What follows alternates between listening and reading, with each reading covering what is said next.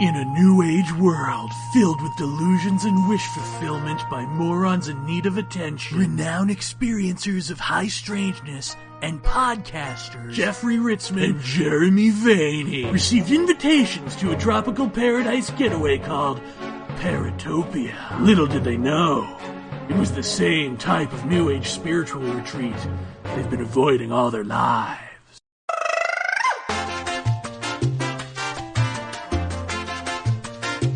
Don't be shy. Rest in peace, Richard Hall. Why couldn't God have taken the Sniglets guy instead? Come on, you can shake it. Yeah.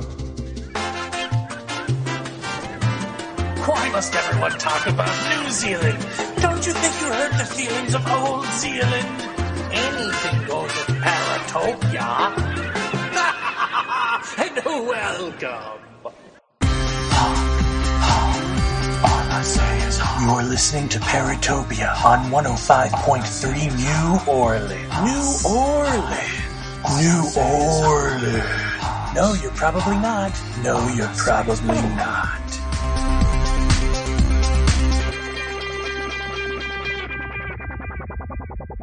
This episode is dedicated to Mr. Richard Hall, who left this planet last Friday. Passed away from cancer. Dick was a legend in ufology, and we miss him.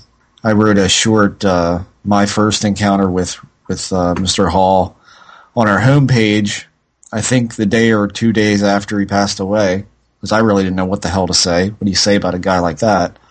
So I just told the story how I first encountered him, and I think about that whole scenario quite a bit over the years as I get pissed off, tired, and sick of all this, and I think about what he said to me, and again, it probably meant absolutely nothing to him. It was probably just a, hey, congratulations on your talk, Jeff, and that was it. But it actually meant a lot to me because I knew of him for quite a while before and never thought I'd get the opportunity to actually meet him.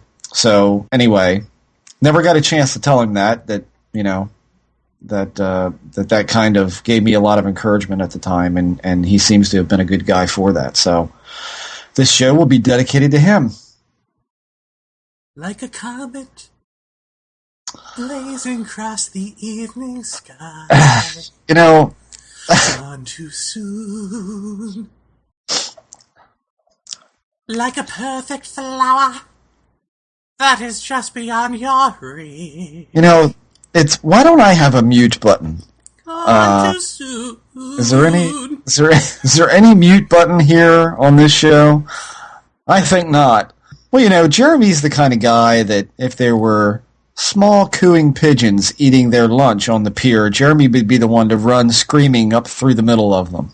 Then accidentally run into the ocean. Right. Like still kicking. Not enough beer. Right. So here we go. Dr. Bruce Maccabee, right? That's right. And he's going to be talking about the New Zealand case, which is a fairly well-known case, but not a lot of people know all the work that went into examining the film from that, and the backstory, and what led up to it. As I'm sure you'll hear in the interview, I know nothing. Well, that's okay. You needed to just keep quiet and listen for a change. That's right. So, I guess we'll be back after this, right? That sounded so radio.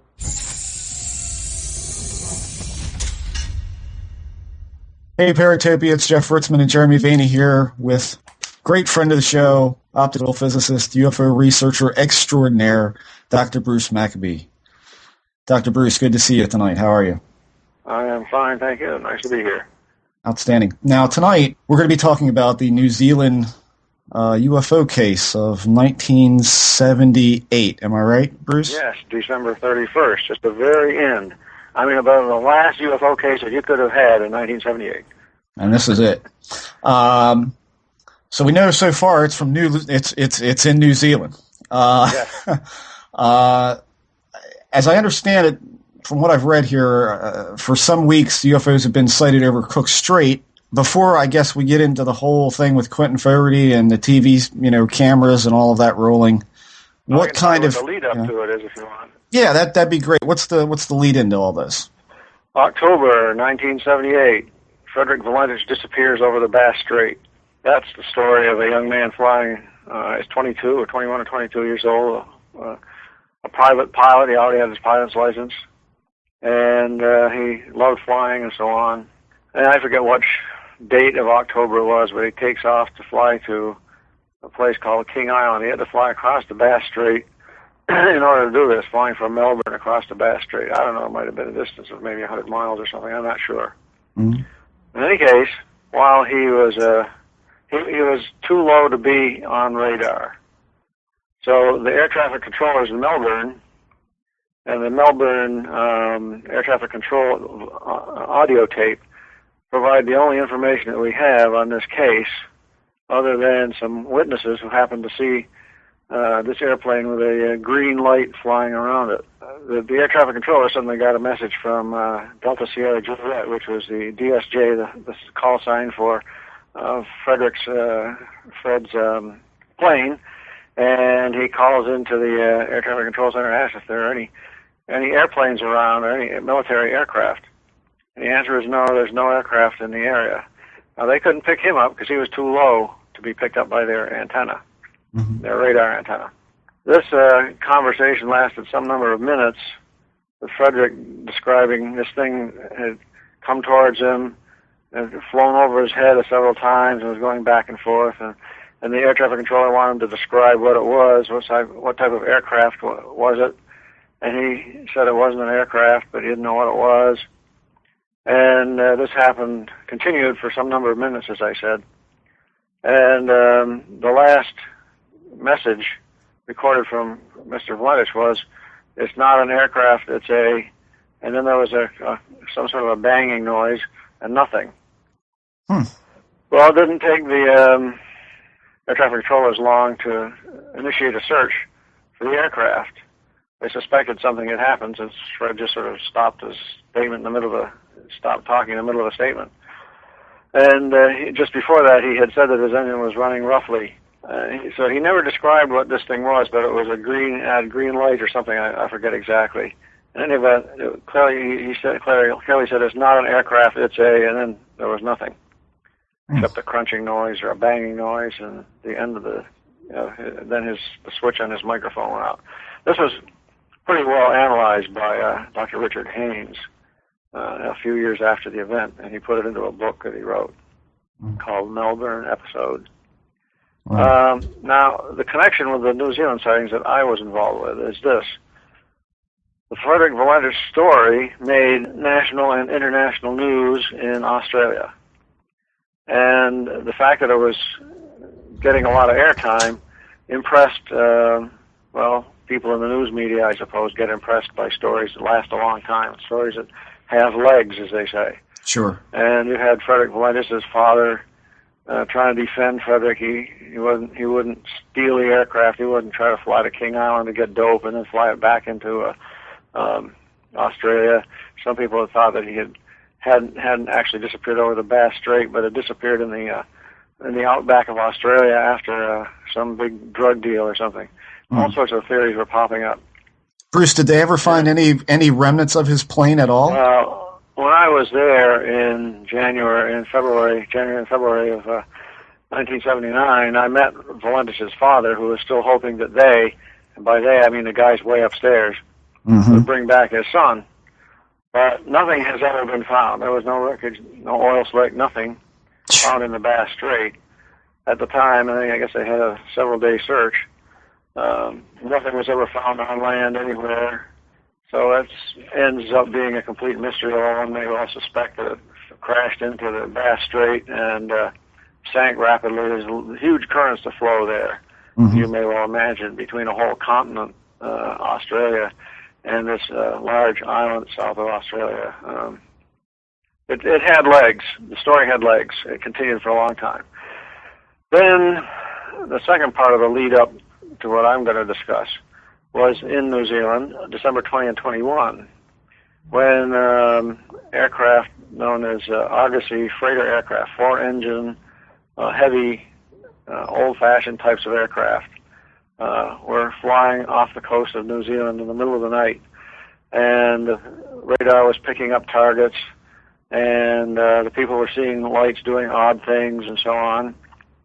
And that series of sightings by itself was quite interesting, attracted the interest of some producers on a TV station called Channel, at that time it was Channel O, or Zero, in Melbourne. And a lot of the TV stations did some stories, interviewed the pilots and so on.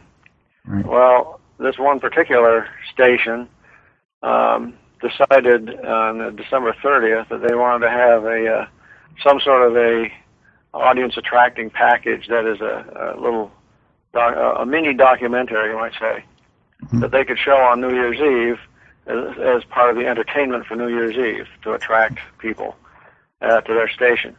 So they contacted they knew that one of their employees, a native New Zealander who worked in Melbourne, worked and lived in Melbourne, was on vacation in New Zealand.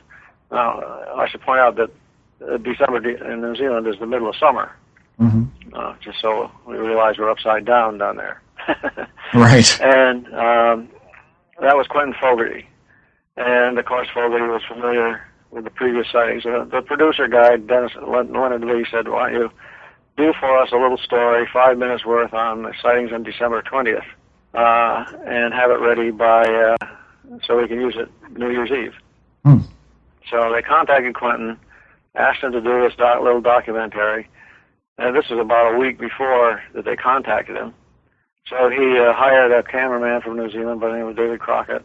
And Crockett's wife ran the audio recording system, so he and his wife were there.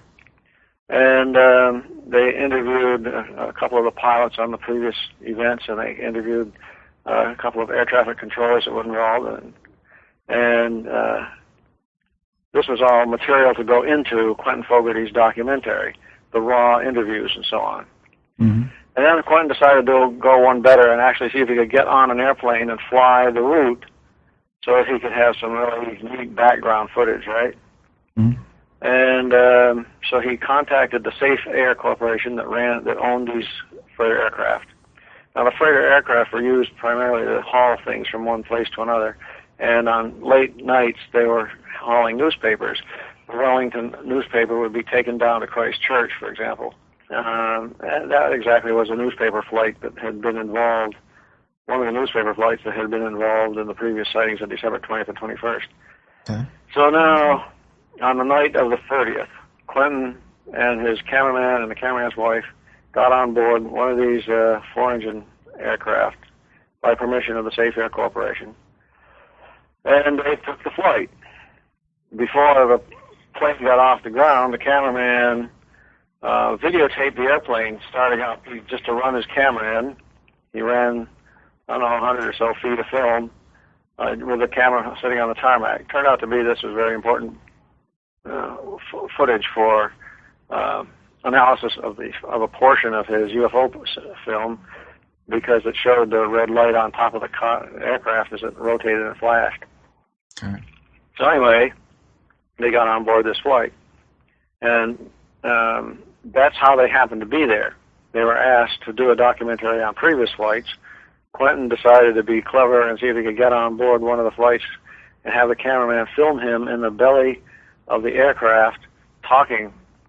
And so Quentin had 2 what they call stand-ups written already.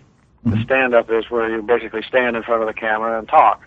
So the plane left Wellington, and after it was up in the air, safe for the passengers to walk around inside the belly of the aircraft. And that's exactly what they did. They set up the camera.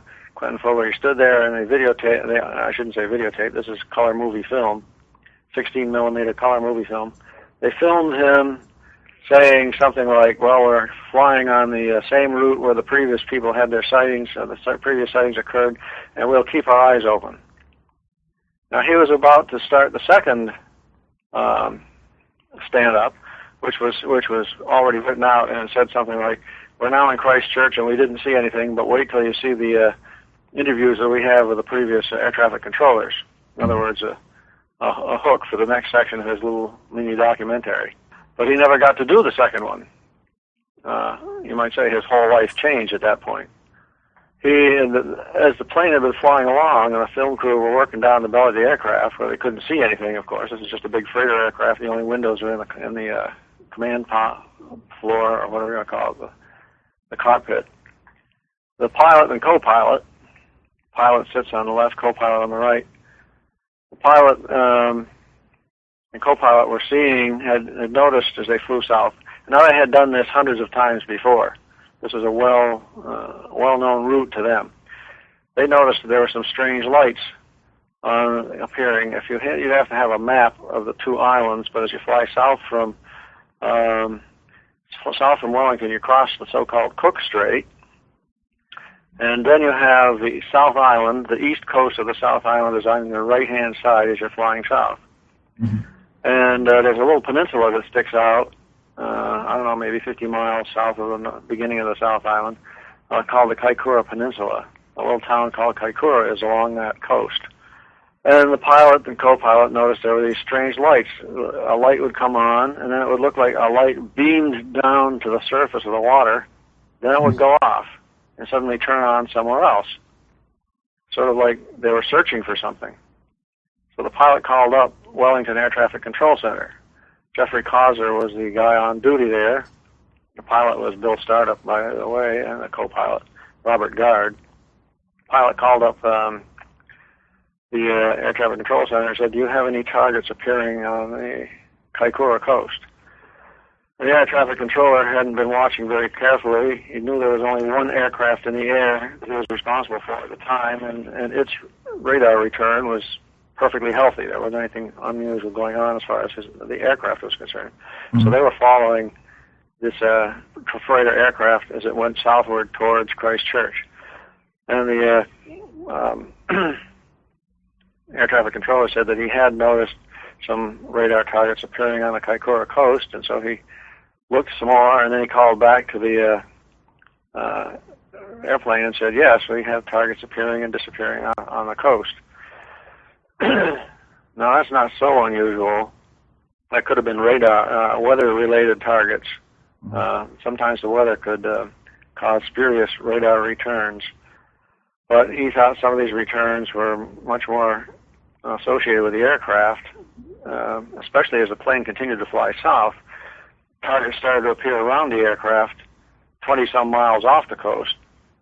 And the air traffic controller reported this, and at least in a couple of instances, they seem to get a correlation. Like in one case, the air traffic controller says there's a target ahead of you, like 12 miles away. A plane immediately comes back saying, "Yes, we have it. It's got a flashing a blue light." I forget exactly the terminology.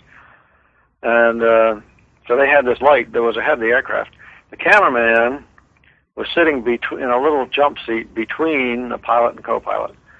He was restricted in his capabilities to film because of this, but and he had a big film canister on the top of the aircraft. He had to be careful he didn't hit the ceiling with all its switches, the switches on the top of the ceiling of the cockpit.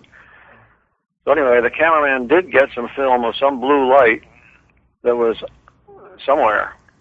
And we know that there wasn't any blue light in the aircraft. The only lights in the aircraft were either white or dull red, and they had all the aircraft lights dimmed. The captain had dimmed the lights to make sure that nobody mistook anything.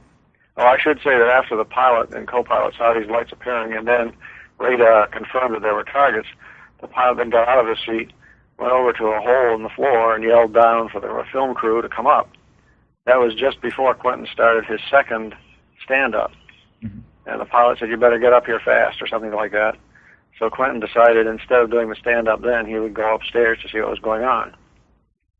So as they flew along the east coast past the Kaikoura Peninsula, the cameraman tried to film, but he had trouble because the pilot was in the way, a co-pilot was in the way of his lens.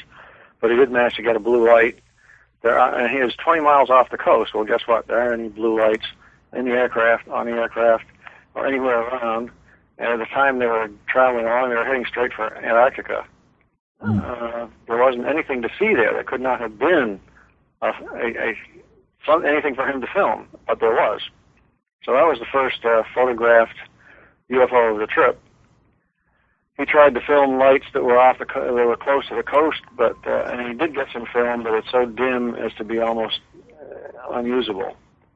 So they had a very interesting radar occurrence as the plane flew along, when all of a sudden, well, the radar controller reported a number of targets that were near the aircraft.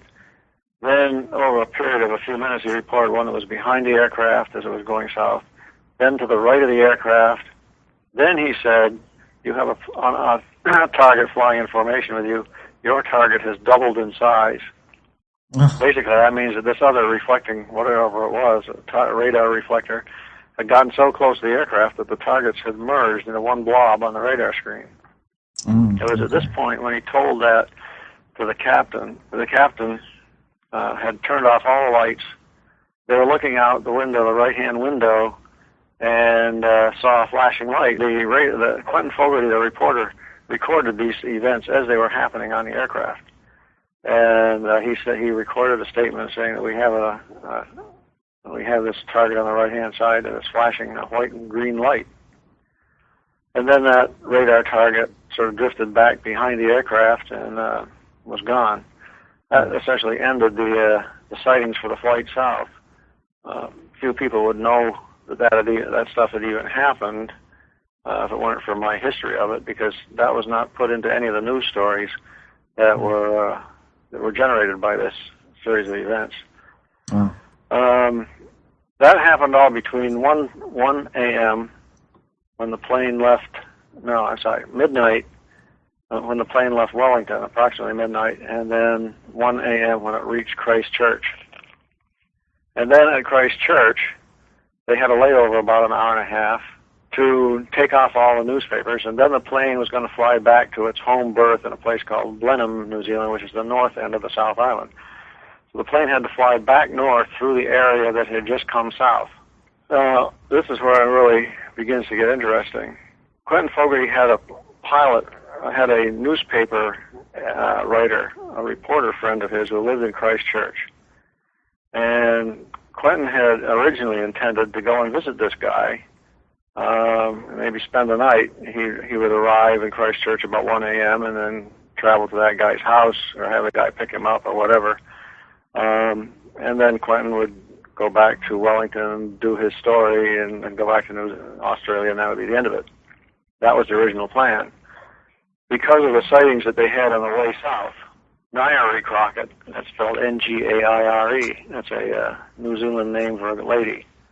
Nairi Crockett did not want to go back through that area on the plane. She was afraid of herself and her kids. If something happened, she and her husband might get wiped out. The kids would be parentless. So she refused to go back. That meant that there was one seat empty. And so Quentin Fogarty invited his friend Dennis Grant to take that seat.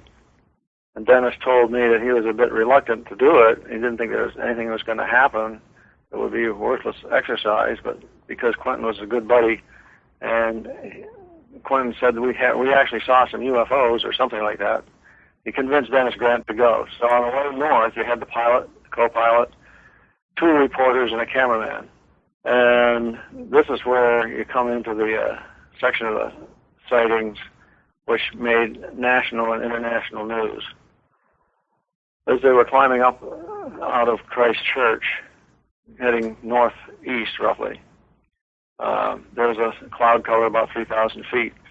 And when they burst through the cloud cover, all of a sudden they saw a bright light ahead of them and to the right. Actually, Quentin Fogarty talks about 2 lights, but you only ever see one in the film itself.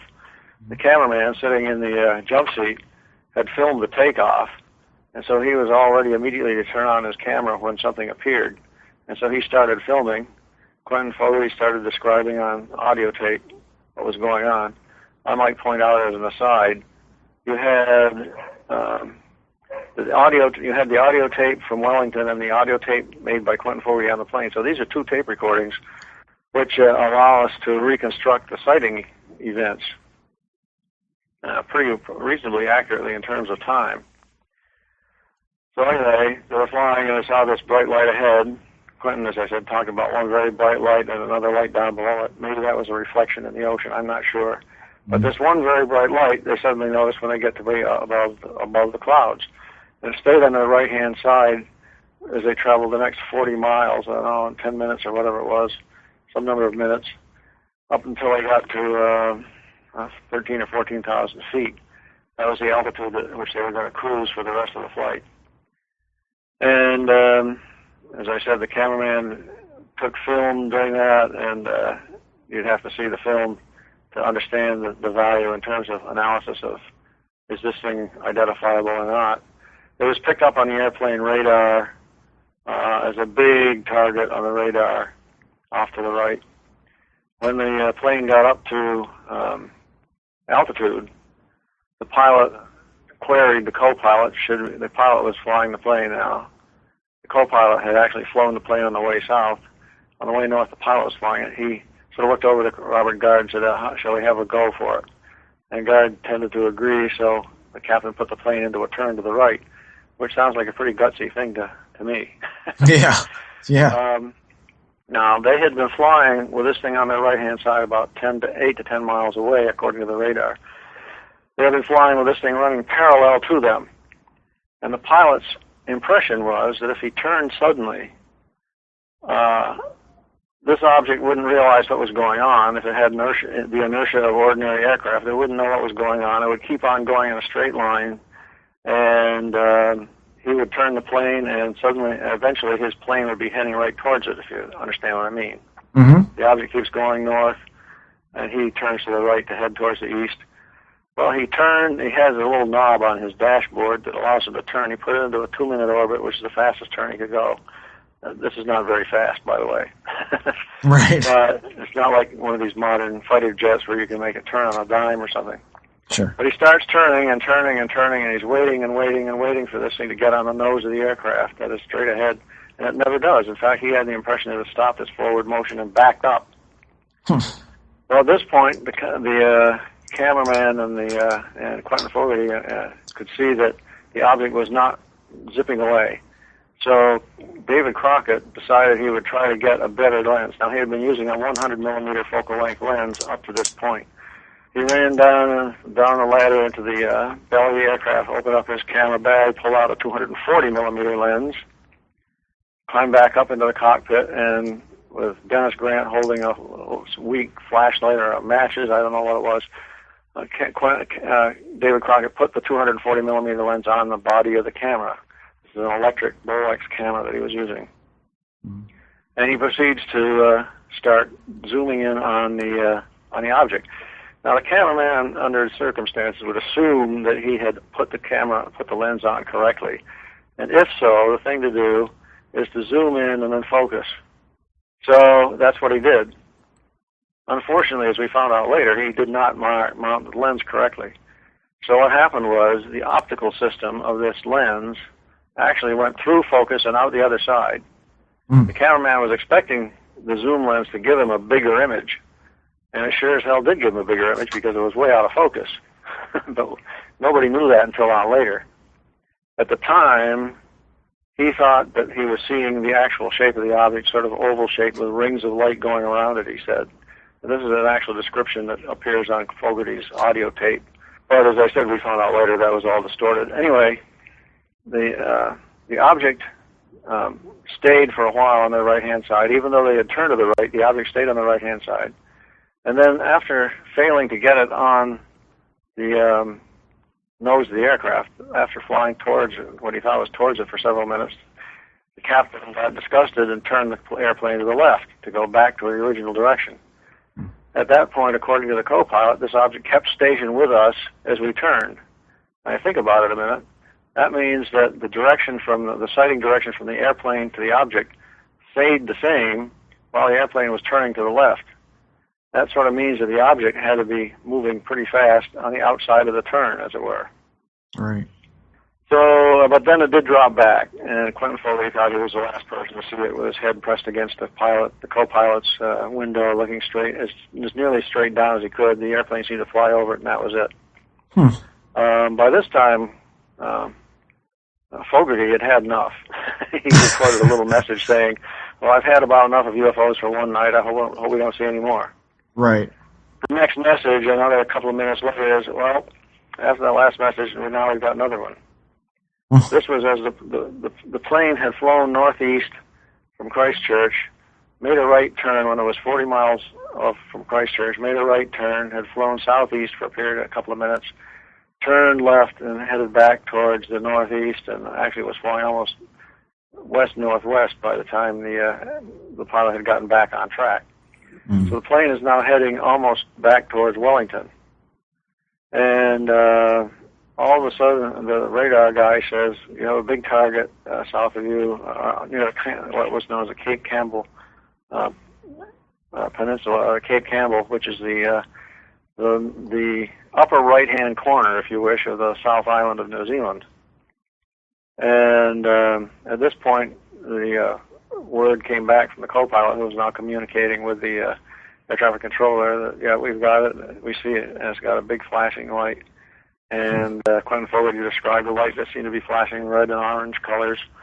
And the cameraman filmed a light which was flashing at we found out later, it was flashing at essentially 1 hertz, 1 cycle per second. Very bright white light would then shrink down. The image on the film starts out big and white, perfectly white, a large image, rather large, shrinks down to a small combination of red and orange, which in a few frames, were what I call stationary frames, when the camera isn't moving by vibration, shows a triangle with an orange light on top of 2 red lights. A search was made of the whole New Zealand coast that could have been filmed, and there was nothing like that anywhere. So anyway, that basically ended the flight. The plane flew to Blenheim, having had all these sightings. The first thing that Quentin Fogarty did as soon as there was enough light was that he filmed the captain standing there discussing these sightings, and then Quentin Fogarty took the film from the cameraman. The film had not been developed. Nobody knew what was on it, if anything was on it.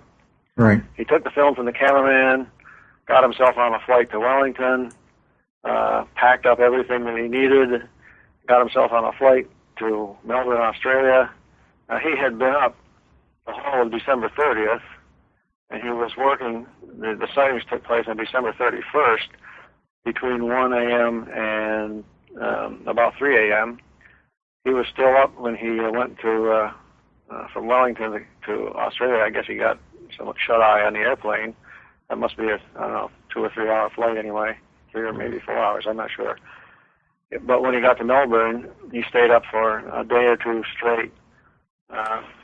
First of all, he had to put together this documentary to show on New Year's Eve.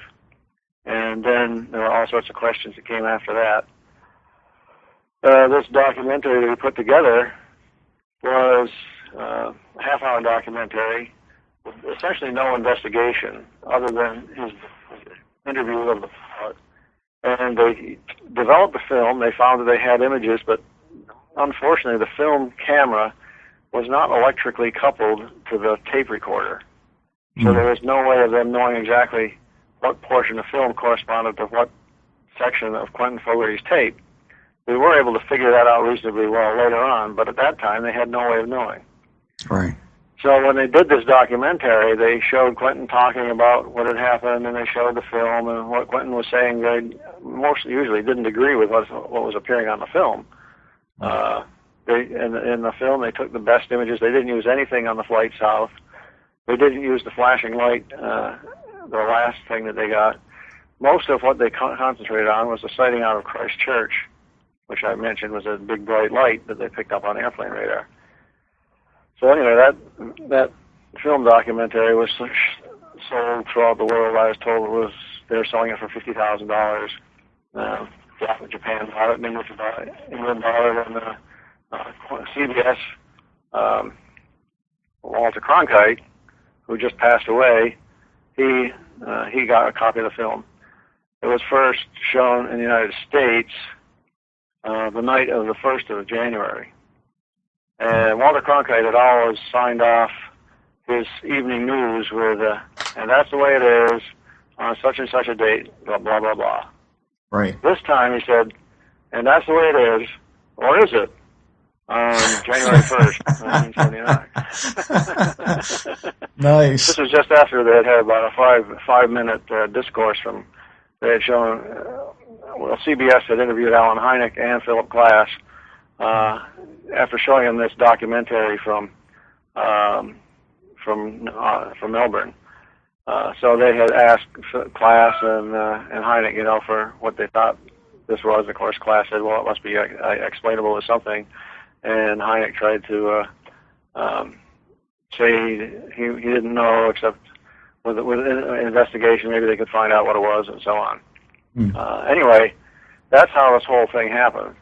And I got involved in it. I saw the CBS show, and I thought to myself, well, somebody 12,000 miles away will get to look at the film and maybe make up their mind as to what's going on. Sounded interesting, but that's about it, because I live in Washington, I was living in Washington, D.C., a Washington, D.C. area.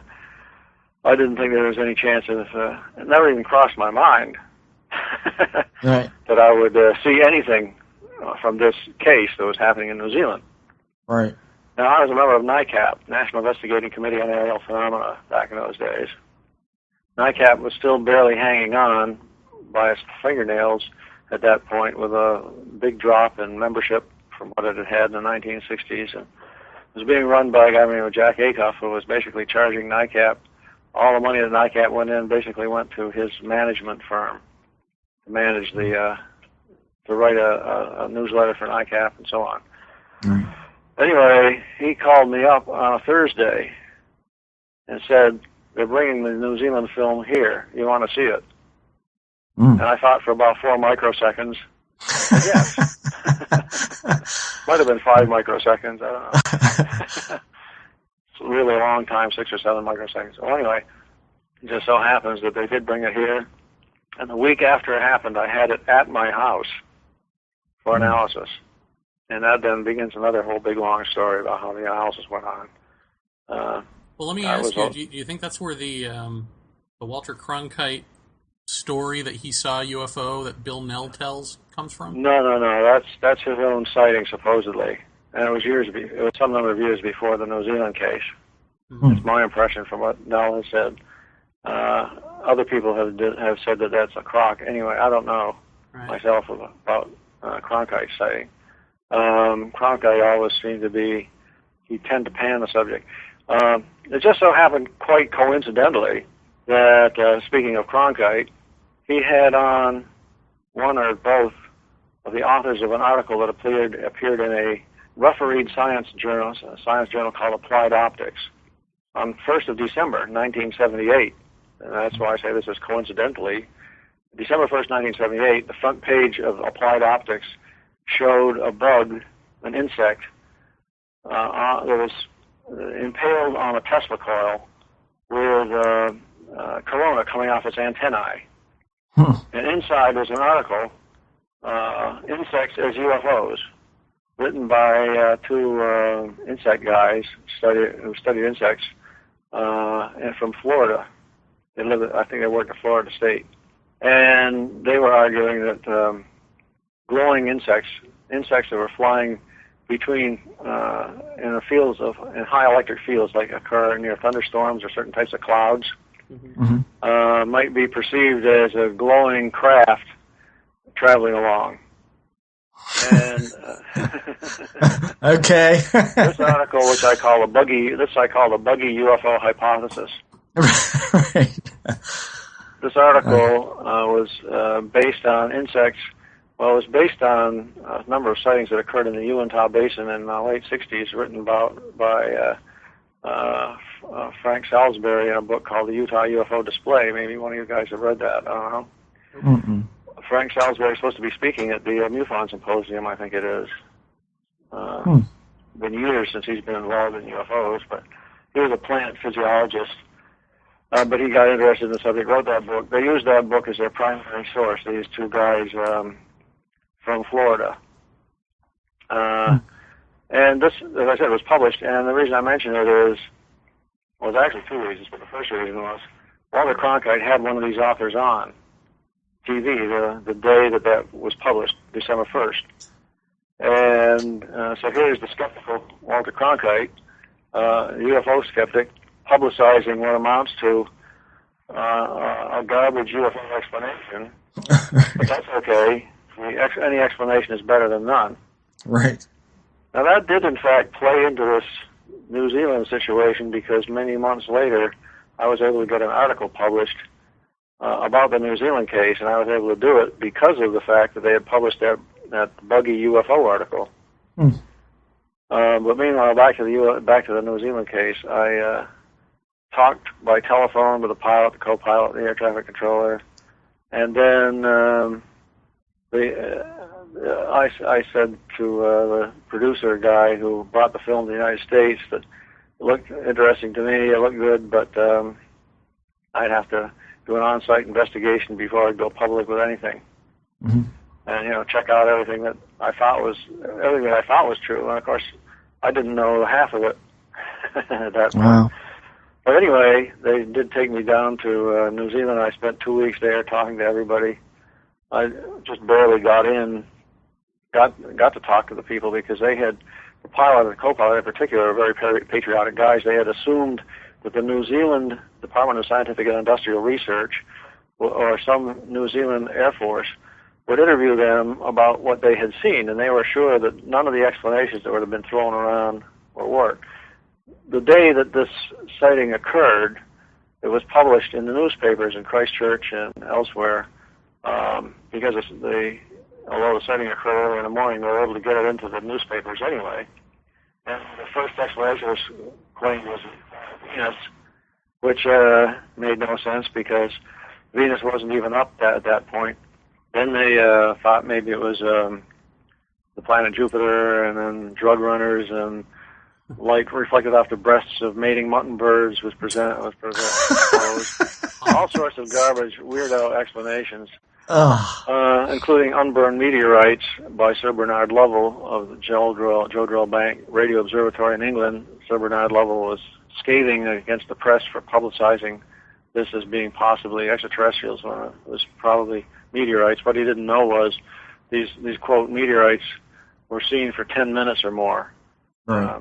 Meteorites, of course, meteors, as they're up in the sky, last for seconds at the most. So anyway, all these explanations didn't convince the aircrew that they had seen any of these things.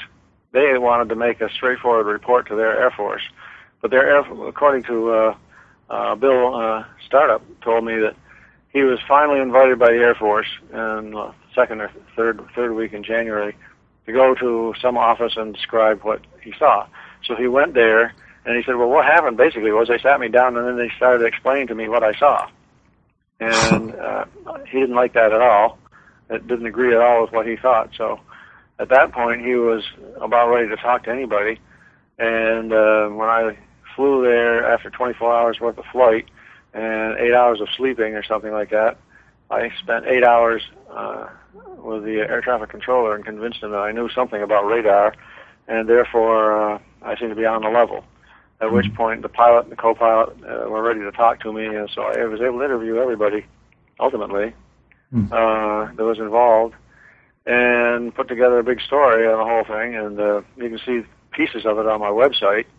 And actually you can see a pretty good whole history of the event on the website, with in particular emphasis on analysis of a couple of sections. The section of video where they came out of Christchurch and saw that light after being up at 3,000 feet. That a number of explanations were attempted for that, the Venus and Jupiter and so on. The only remaining one after all the others died was a squid boat, and that may sound a little weird, but it just so happens the squid fleets around the world use very bright lights to lure the squid up to the surface so they can fish at night as well as in the daytime. And in particular, the Japanese squid fleet goes into New Zealand fishing waters, or fishing waters near New Zealand, every December. And this December, like every other one, there was a squid fleet out there. In fact, the pilot and co-pilot had seen it 110 miles off the coast. Well, there was a suggestion that maybe there was a single squid boat on the surface, of course, just north of Christchurch, and that's what had been seen. Well, that made little sense. The based on the co-pilot's description of picking it up on the radar and keeping station as they turn to the left, and it seemed to be traveling along with them and so on. But the big comparison was to actually get a photo of a squid boat and a photo and compare that with one of the images, the essentially focused image on David Crockett's film. As I remember, I said he put the lens on wrong, 240 millimeter lens. He put it on incorrectly, and as he zoomed out, he went through focus. So you can grab some images that are near the focus point, and this tells you roughly what it looks like. And one thing that is missing, well, when you look at the squid boat picture taken with a 220 millimeter lens, I think it was, from a distance of 10 miles, you see the very bright squid boat, and you also see what I call a beard hanging downwards from the main image. That is the reflection in the water. Right. You don't see any reflection in the water in Crockett's film of the UFO. Now, because of the restricted field of view of the 240 millimeter lens, you could have had filmed the squid boat without getting a reflection in the water. That is, a reflection that's attached. The reflection in the squid boat, when you look at the squid boat photo, the reflection in the water is immediately below the squid boat. There's no gap. Okay. There would be a gap if the squid boat were fishing up above the water. So if, considering the field of view of the 240 millimeter lens, if the squid boat were fishing above 3,000 feet, then you could make a film of it without having any reflection in the water appear in the film.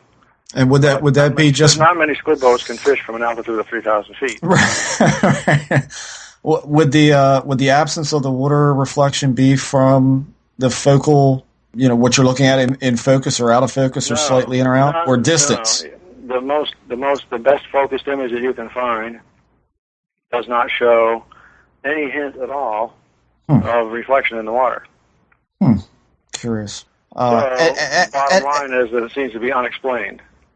I got to ask this. I mean, at any point during these events, was the Royal New Zealand Air Force, did they ever do anything, say anything, scramble jets, anything? The New Zealand Air Force guys, okay, this happened in the early morning of December 31st, and it made national news that morning, and everybody was talking about it by that night and so on. The New Zealand Air Force, it was either the night of the 1st or the night of the 2nd, sent up an airplane to see if they could see anything, and sure enough, they could see the squid fleet 100 miles off the coast, and the Air Force guy who organized that flight said he was sure that the squid fleet played some role in this sighting. Well, now, according to the co-pilot, who was sitting on the right-hand side of the craft, he was on the right-hand side on the way down and on the right-hand side on the way up, but on the way up he was on the east side of the plane. He said he could see the squid fleet. He could see the glow from the squid fleet way out there. So they knew what the squid fleet was, and this object was nowhere near it. This object was close to them. Is there anything in the films that and you've seen them all here, that give you any sense of structure at all? Or did anyone that was there, any of the witnesses, report a structure of any kind? Except for Crockett's spurious description of the thing being oval-colored with rings of light going around. As I said, that it turned out that was a combination of being defocused and looking at an angle. Looking at an angle through the window glass that caused an aberration in the glass that caused these rings of light. It's kind of weird, but I was able to duplicate that effect. Okay. But anyway, except for that, nobody tried to give a real description, although it got close to it when Quentin Fogarty talked about the last light that was seen as having red and orange among the lights, he says. Now, on the film, the last section of film, which shows the flashing light that flashed once per second approximately, that did show the images oscillate from large white, and of course almost all of them are distorted by camera motion because the cameraman was just holding this camera on his shoulder. But there are, each time the camera swings to the right, let's say, he applies a twisting force that brings it back to the left. there's a period of time when the camera is not moving. It's a short period. He was running the camera at a slow rate compared to unusually slow rate of 10 frames per second. So whenever the restoring force caused the motion to stop and reverse, there would be what I call still frames when the camera wasn't moving, when it was still. And you look at these still frames and you see when they're white, they're large, I don't know, millimeter or something like that, large images that have no coloration at all, just plain white, overexposed images. And then as you follow through a cycle of 10 frames per cycle approximately, the images shrink down, and you can find some still frames which show this orange dot above two red dots making a triangle, nearly an equilateral triangle. So this does seem to show some sort of structure or shape to whatever was out there. My conjecture was that the light on the top, the orange light, was what would oscillate to be extremely bright white and then dim down, and when it got dim, then you were able to see the red lights below it. But that's only a conjecture on my part, based on looking at the film a lot. Now this section of film with the flashing light is of interest. As I said, it was apparently picked up on radar. It was about 20 miles ahead of the aircraft. And it's a section of film where Philip Glass and I had a big long discussion over what it could be in his book called UFOs, the Public Deceived, published in 1983 or 84. He discussed the New Zealand sightings. And of course he went for the squid boat explanation for the object that was seen just north of Christchurch. For this flashing light, he argued that it was the top light of the aircraft, which was a red rotating beacon.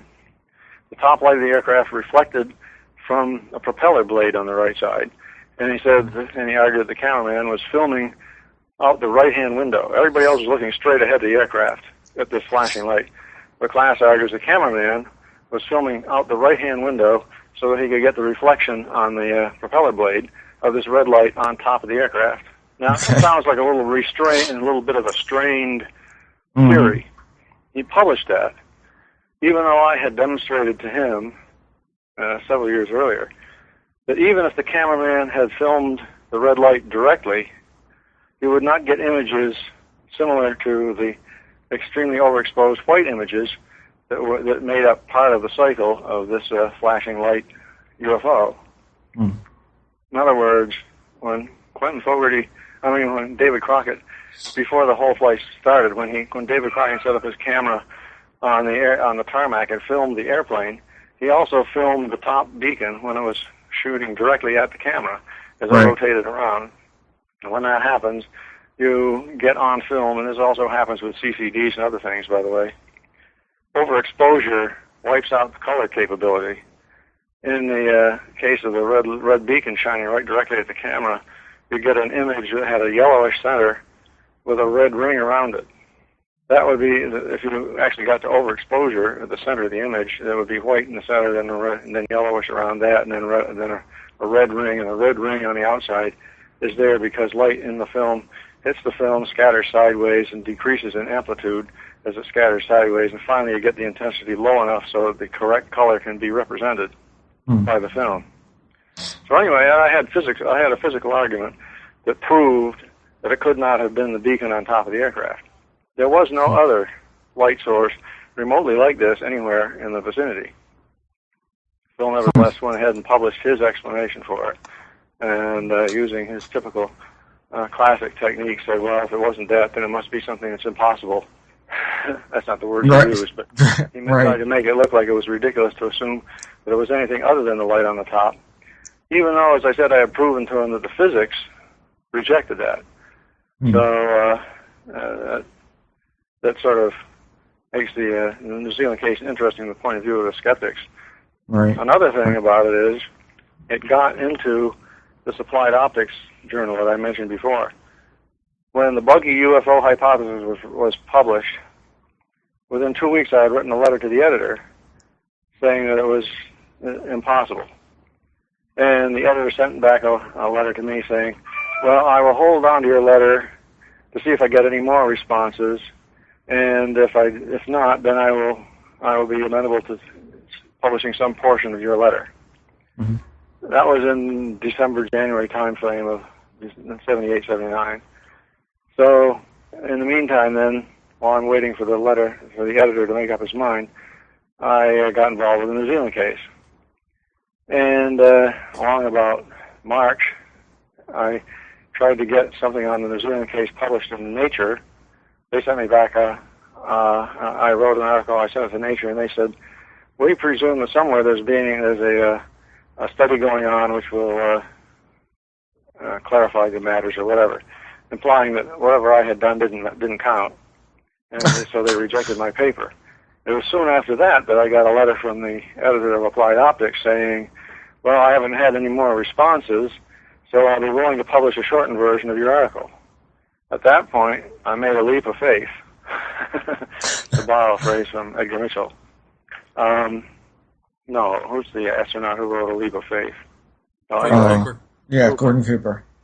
Anyway, I wrote to the editor of Applied Optics, and I said, I appreciate, that you would accept this, but let me make a suggestion that I have something even closer to optics. And I went ahead and pointed out that I had calculated the brightness of this object based on the exposure level of the film, the optical constants of the lens system, the time, the shutter time, a whole bunch of different things that go into calculating, and including the radar distance and atmospheric effects. So in other words, I calculated that this thing was the equivalent brightness to several 100,000 watts of electric light bulbs. Mm. Whatever it was, if it had been light bulbs, there was a couple hundred watts worth of light bulbs generating. Mm. And since this was an optical calculation, it had an equation in it and so on, the editor said, he would be more amenable to publishing this than he was to my response to the buggy UFO article. So he published the first of three articles on this New Zealand case in August of 1979. Now my article was published in there, and in the article I dared to say, as a footnote almost, that there had been no identification of this light. I calculated how many watts equivalent power it was, but nobody knew what it was.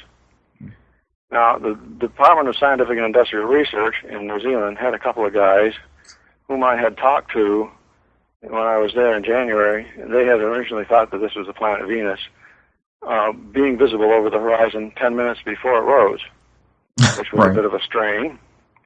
But I sent them a copy of my article to be published in Applied Optics. They appreciated that, they said, and they wrote their own rebuttal, claiming that it was a squid boat.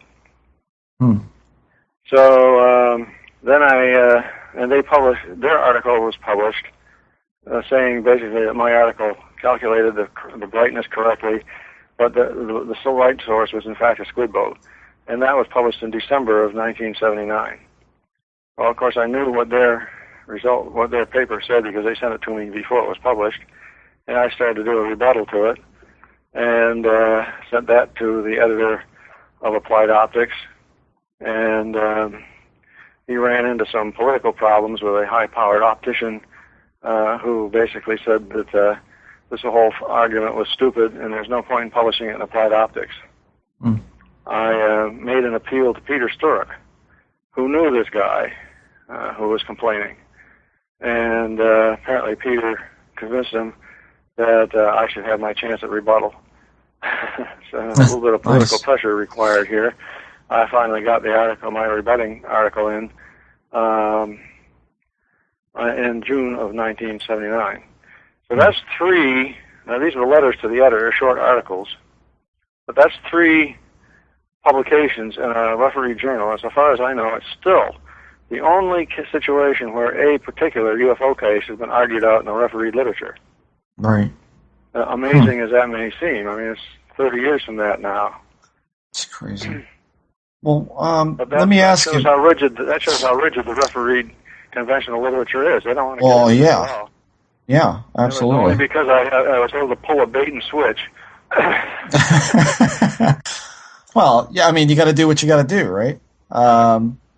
I guess the big question for me, and something I've always wondered about this, is what became of Quentin Fogarty, and what was his life like after all this was done? Well, Leonard Lee was the producer who had suggested that Fogarty do a documentary on, because Leonard Lee had noticed how the legs that the Frederick Valentish story had. So he thought he'd be able to capitalize on the December 20 and 21st sightings. He obviously had no idea that Fogarty would be a first-hand witness. Mm-hmm. Leonard Lee, both those gentlemen got divorced and remarried, I guess, in the following years. It put a strain on both their lives, but of course in particular Fogarty, because he was the guy who was on the spot, as it were, for either being an idiot or whatever you want to think, for having seen these things. I guess it affected the pilot and co-pilot somewhat too.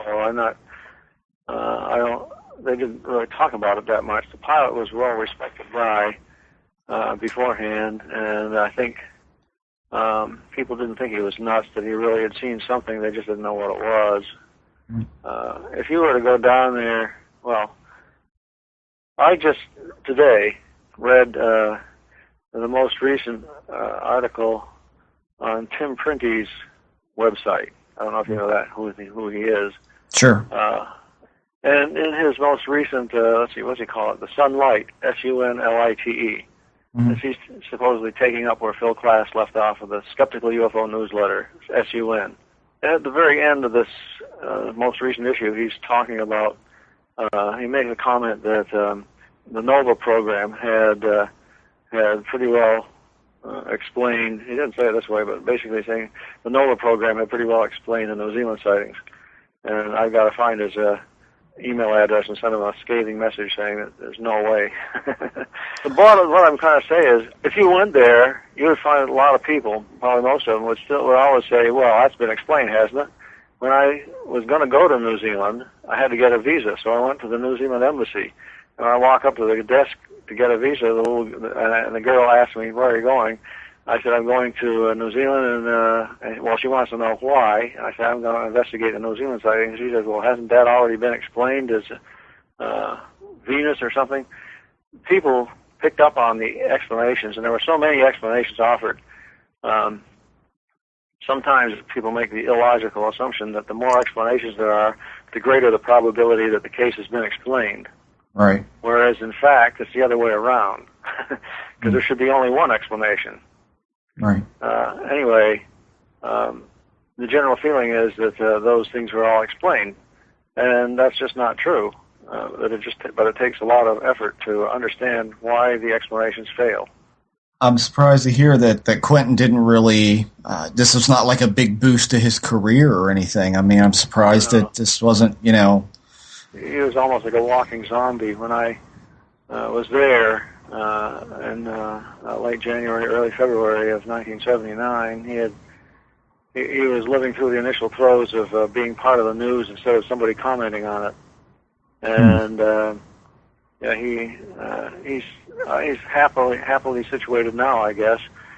On the 25th anniversary in 2003, December 2003, he tried to get some interest in doing a 25-year retrospective, find somebody who was willing to put together a documentary on those sightings from 25 years before, and he was not able to do it.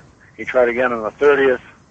It was last summer that he was contacting me to see if we could get somebody interested in doing a 30-year retrospective that would have been shown last December. He wrote a book about it, a book called, oddly enough, Let's Hope They're Friendly, because that was a term that he used while they were flying south, the trip south, and he began to realize that there was some radar targets were being picked up around the aircraft, and they were seeing lights and so on.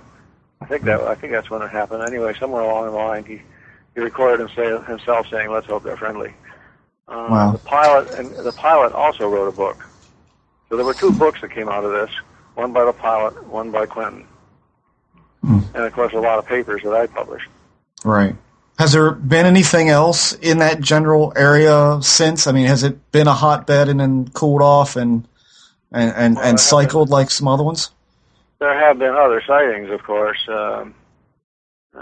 sightings over the years in New Zealand, and certainly tons of them in Australia and so on. I haven't been directly involved with any others.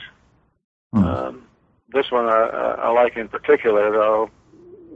I put it at the top, let's say one of the top 10 in civilian UFO history anyway, because it's a multiple witness sighting. Right. You had 5 sets of eyeballs on what was going on at all times. Mm-hmm.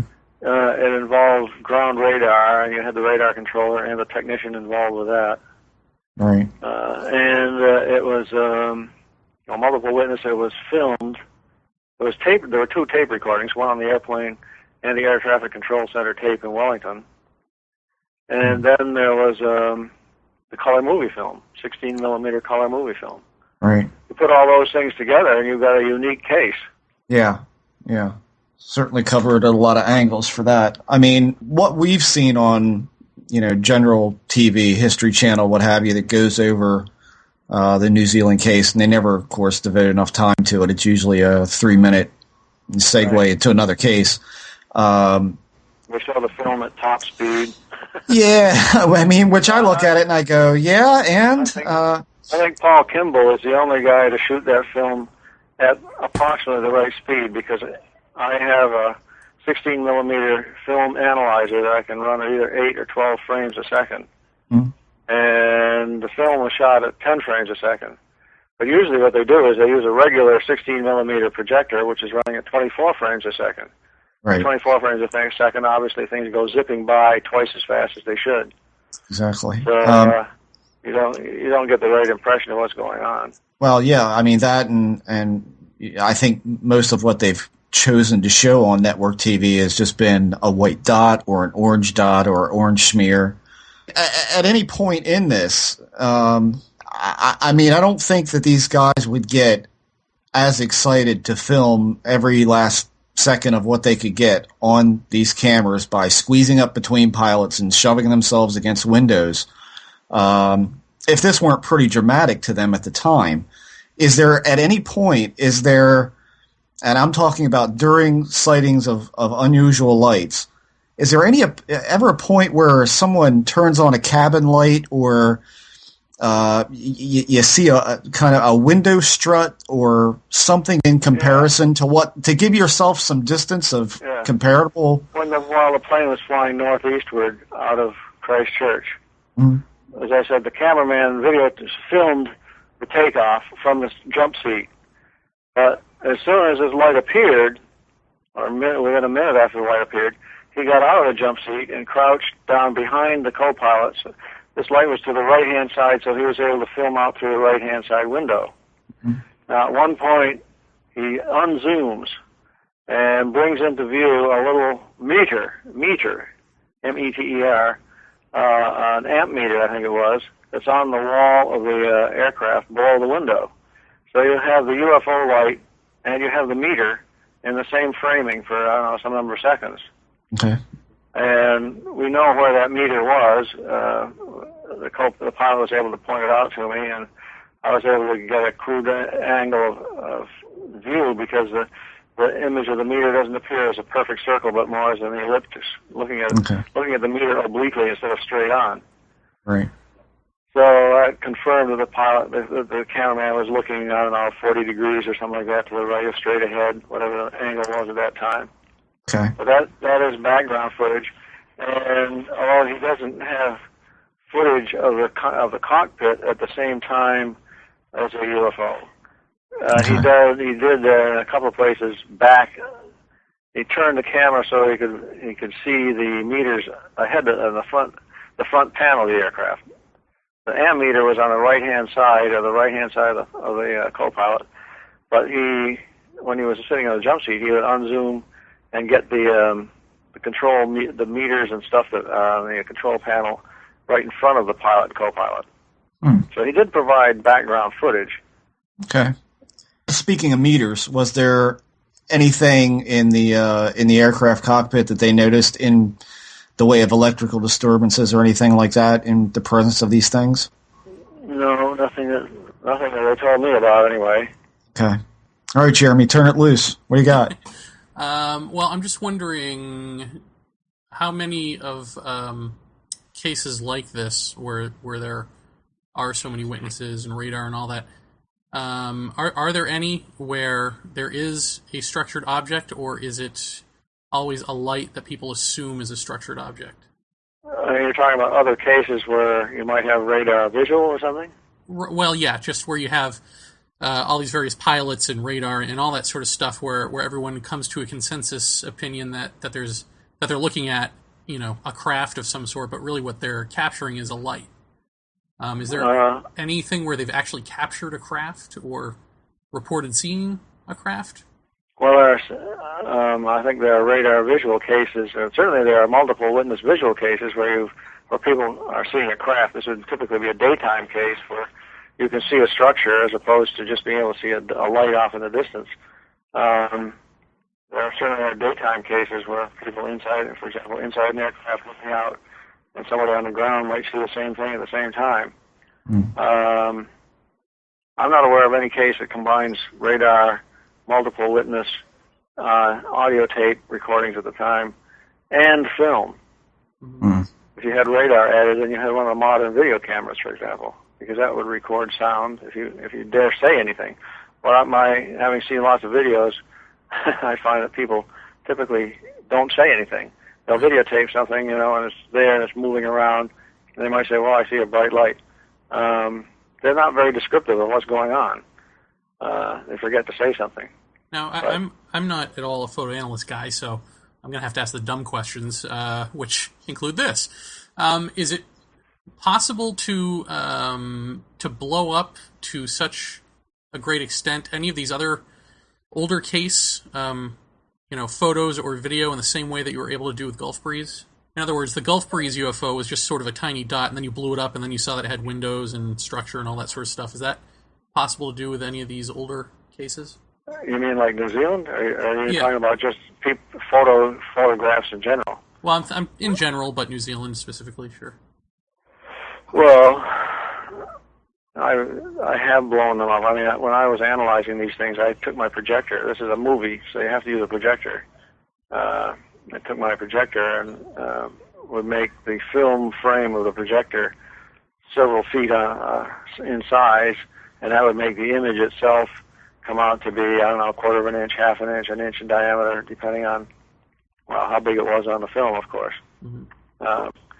And you wouldn't, when you blew these images up, you wouldn't necessarily see any structure other than the overall shape of the image, except for the situation with the flashing light, which, as I said, when the image, you get this very bright, round, white, overexposed image, then it would shrink over a period of frames. It would shrink down to the point where you get an orange light on top of two red lights, making a triangle, which is kind of interesting because that does seem to show some sort of structure out there, something going on. These blobs are separated. There's definitely a shape out there. With the New Zealand thing, with the first radar capture, I just want to be clear that the shape of the object didn't change, right? It was just that the radar made it different, made the shape of it different as it got closer. Is that right? I don't know. Oh, you mean the case where the target doubled in size? Yeah. The airplane target. Right. Well, now you have to imagine that the air traffic controller is watching this line, a radial line that sweeps around and around and around. And each time it goes past the airplane, it gets bright for one small region, which corresponds to the resolution, the angular resolution of the radar beam itself. So each time it swings around, once every 15 seconds, you get a burst of light where the airplane is. Well, he was also getting small bursts of light, apparently, where this unknown was. And it appeared behind the aircraft, and then another sweep later, 2 sweeps later, it appeared to the right side of the aircraft. And then in the next sweep, the airplane target seemed to be twice as big. And that's when he said, you have a target flying in formation with you, your target has doubled in size. Wow. There's no way to explain that. I wrote a paper. I have a paper about that particular incident as a unexplainable radar event. I mean, it can be explained if you assume there was a reflective object out there flying next to the aircraft, but that's about the only explanation. And I guess I have a question about Phil Klass, which is I'm sure you at least got to know him on some level. You ever get to? Did you ever? We had about, I'd say, more than 1,200 single-spaced pages of correspondence between us on the New Zealand case alone. Oh my God! Wow. Did you ever ascertain what it is about him that he was so adamant that everything had to have a conventional explanation? Well, you could say he was an honest skeptic and believed that there was nothing there, but he must have had an agenda in the sense that he couldn't allow anything to get through. In this book, UFOs the Public Deceived, one of the chapters in the book talks about the Warren, Minnesota case involving Officer Johnson. I don't know if either of you are familiar with that. That was a case where he saw this in the middle of the night. This Officer Johnson is driving along his normal route, and he sees a light off on a field, and thinks, "Oh, it might be a crashed aircraft." So or somebody needing help or something. So he goes driving towards it, and all of a sudden, this light moves rapidly towards his aircraft, towards his car, and there's a noise, and then he blanks out. And when he comes to, he calls the station, asks for help. He finds himself with his car nearly across, instead of being parallel to the road, nearly running across the road, athwart the road. The windshield, left headlight was cracked. There was a crack in the windshield. The lights on top of his car were cracked, and there was an antenna on the top of his car, and antenna on the both of which were bent. Okay, yeah. About 45 degrees. I don't know if you're familiar with that case at all or not. Sure, yeah, that was just on... Bill Class gave a very good recitation of that sighting in his book, UFOs the Public Deceived. And then he tries to deceive the public by pointing out that, well, he says, either this was done by malicious UFOnauts who went zipping towards Johnson's car, reached out with a hammer and smashed the headlight and the front window and bashed the light bar on the top and then grabbed the antennas and bent them. Either that or else it was a hoax. That's what he basically says. And he leaves it at that. And the evidence for a hoax, well, he said he called up the police department and asked about Officer Johnson. He talked to somebody there, and he was told, oh, yeah, Johnson was a bit of a practical joker. You know, he might hide your coffee cup or something like that. So based on the strength of this evidence, Class basically says either it was UFOnauts, in other words, in an indirect endorsement of this event, either there was crazy UFOnauts, or else Officer Johnson was being a practical joker by smashing his own police car. The police department never accused Johnson of smashing his own car. Oh, by the way, the watch of the war and also the electric clock in his car were both 15 minutes slow, if I recall correctly. So something strange had happened, that's for sure. Well, they still have the car. I mean, they still have the car in that condition. The Center for UFO Studies got involved with this, and they analyzed the antennas, and they found that bug tar that lies along the leading edge of the antenna had not been broken, had not been distorted the way it would if somebody had grabbed the antenna. Now, these are stiff wire antennas. I don't know if you ever tried to bend the antenna of a CB rig or something. These are stiff wire antennas. It requires some grabbing force to be able to bend it. And that would disturb the bug tar, but there wasn't any disturbance as they looked through a microscope at it. So that was a case that was, unexplainable. And Class sort of admitted it by trying to make it look ridiculous. Pull the wool over the eyes of the reader, I guess.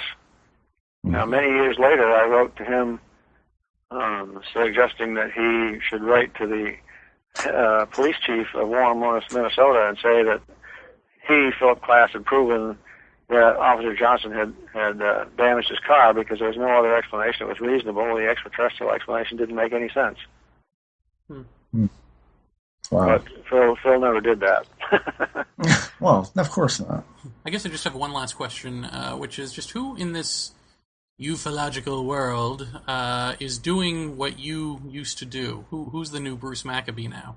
Is there anyone who just is willing to go around the world and look at all these cases? And well, that was a fluke. That was a really unique situation. I got a trip to New Zealand and Australia and so on because of that particular case.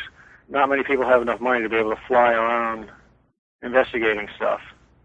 But as far as analysis is concerned, Jeff Sanio is a MUFON analyst, and he's one of the guys who's willing to do things such as commit experiment to prove you're right or wrong. Like I did in the case of the flashing light on the top of the aircraft versus Phil Class' explanation that the light in the film was this red light. I did experiments to prove that was not true. Sanio has done experiments also. Very few people go to the trouble of doing things like that, and usually the skeptics. I mean, the big problem with skeptics often is they will propose an explanation and leave it at that. Any explanation is better than none. And if the first explanation doesn't work, well, then you try another one. And if that doesn't work, well, you know what the solution is then. You keep on trying until you get something. And until something begins to convince somebody. The Kenneth Arnold sighting, has 7 or 8 explanations attached to it, none of which make any sense if you assume that Arnold was anywhere near right in his reporting. But that's okay. There's so many explanations, the case must be explained. Well, I mean, it all makes about as much sense as the lighthouse at Bentwooder's. I mean, right. There's one of my favorites. Japan Airlines 1628. Now, this is another one that's on my website. JAL 1628, November 17th, I think it was, 16 or 17, 1986. It was investigated by the FAA. Unlike the O'Hare Airport case in 2007, in January of 1987, the FAA agreed to investigate the Japan Airlines case. But before the FAA investigation was done, NICAP, in the form of Phil, but NICAP issued an explanation saying that the pilot and co-pilot and first engineer, the crew on board this aircraft flying over Alaska, had seen 2 extraterrestrial objects, or extraterrestrial objects that played a role in the sighting, and it was Mars and Jupiter.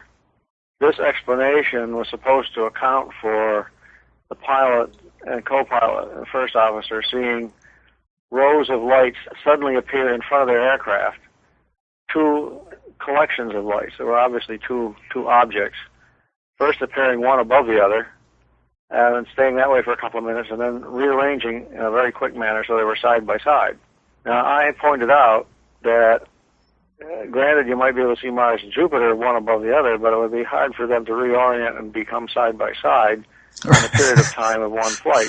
Hey, you know what? Everybody wants the Reader's Digest version. I mean, they all want the quick and easy answer, and I think a lot of times skeptics are all too willing to give it to them. Yeah, well, Phil changed his explanation after IUR published my long paper that took up the whole issue on the Japan Airlines flight in the June-July, I think it was, issue of IUR 1987.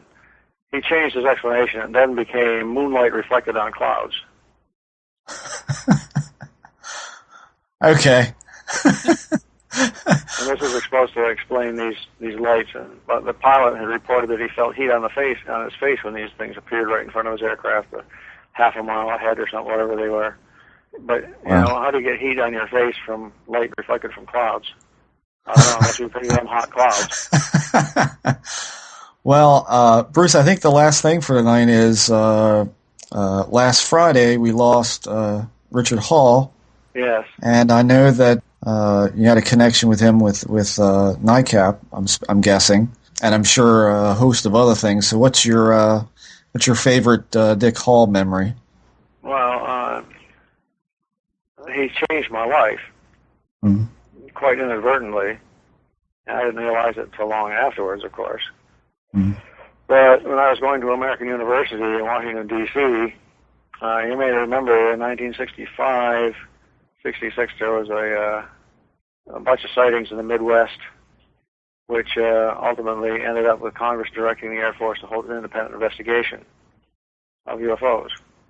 So it was in the press, all these sightings and so on.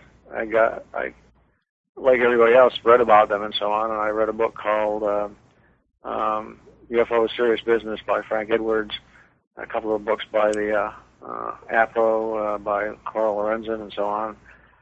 And so I was getting mildly interested in UFO sightings, but not knowing what to do about it. I also went and dug up a copy of Ruppelt's book, The Report on Unidentified Flying Objects, which I had originally read when I was in high school in the late 50s. I read through that again. And then in 68, I believe it was, in the fall of 68, that Richard Hall and one of the other guys from NICAP, might have been Don Berliner, gave a talk at American University. So I saw this talk was advertised. I went there and heard it. Mm-hmm. And I don't remember much about the talk, except for the very end, which was that NICAP, the NICAP office, which I knew there was downtown in Washington, D.C. somewhere, the NICAP office needed help, volunteer help, in answering letters and filing things and doing whatever was necessary in an office. Now, if they hadn't said anything like that, my life would be different. I don't know what I would be doing. But several weeks later, I took them up on this offer. The two guys that spoke, Richard Hall, whoever it was else, I never saw at the NICAP office. I met Richard sometime later. What happened was I went down to NICAP. Back in those days, NICAP was at 1536 Connecticut Avenue, just south of DuPont Circle. Now it's a whole bunch of big modern office buildings and so on, but back then it was just a row house, many houses in a row house along Connecticut Avenue. And 1536 was one of the row houses. Didn't even have a front door. You walk up some stairs, you walk into this entranceway. There was a door straight ahead and steps to the right going up, which is where NICAP office was, and up at the top was a little landing area with a naked light bulb for light in the doorway into the NICAP office. Well, now, I had read about NICAP in all these books, right? Right. NICAP was the largest civilian UFO organization and certainly the most publicly self-publicizing organization, with Kehoe pushing on Congress to have sightings. For years, they've been pressing Congress to have an independent investigation. And now, in 1968, there was an independent investigation going on at the University of Colorado, what became the Condon study. Right. And then back in those days, for a couple of years there, it was okay to talk about UFOs without having a bag over your head. Even in Science magazine, everybody was skeptical about it. Yeah. So I opened the door to the NICAP office, and there's books on the floor and books on shelves and books here and there and stuff scattered around, and an old broken-down secretary running the whole thing. Broken-down secretary Isabel Davis was actually a very intelligent lady who was able to hold this whole thing together by herself. But she needed help. She couldn't spend all her time answering letters, and she needed what we would now call a FAQ, frequently asked questions type of sheet that she could simply tri-fold a piece of paper that had all the answers you wanted into it, and put an envelope and mail it out, because she would get letters saying, please send me everything you have on UFOs. The first response is, okay, send a truck. Right. Right.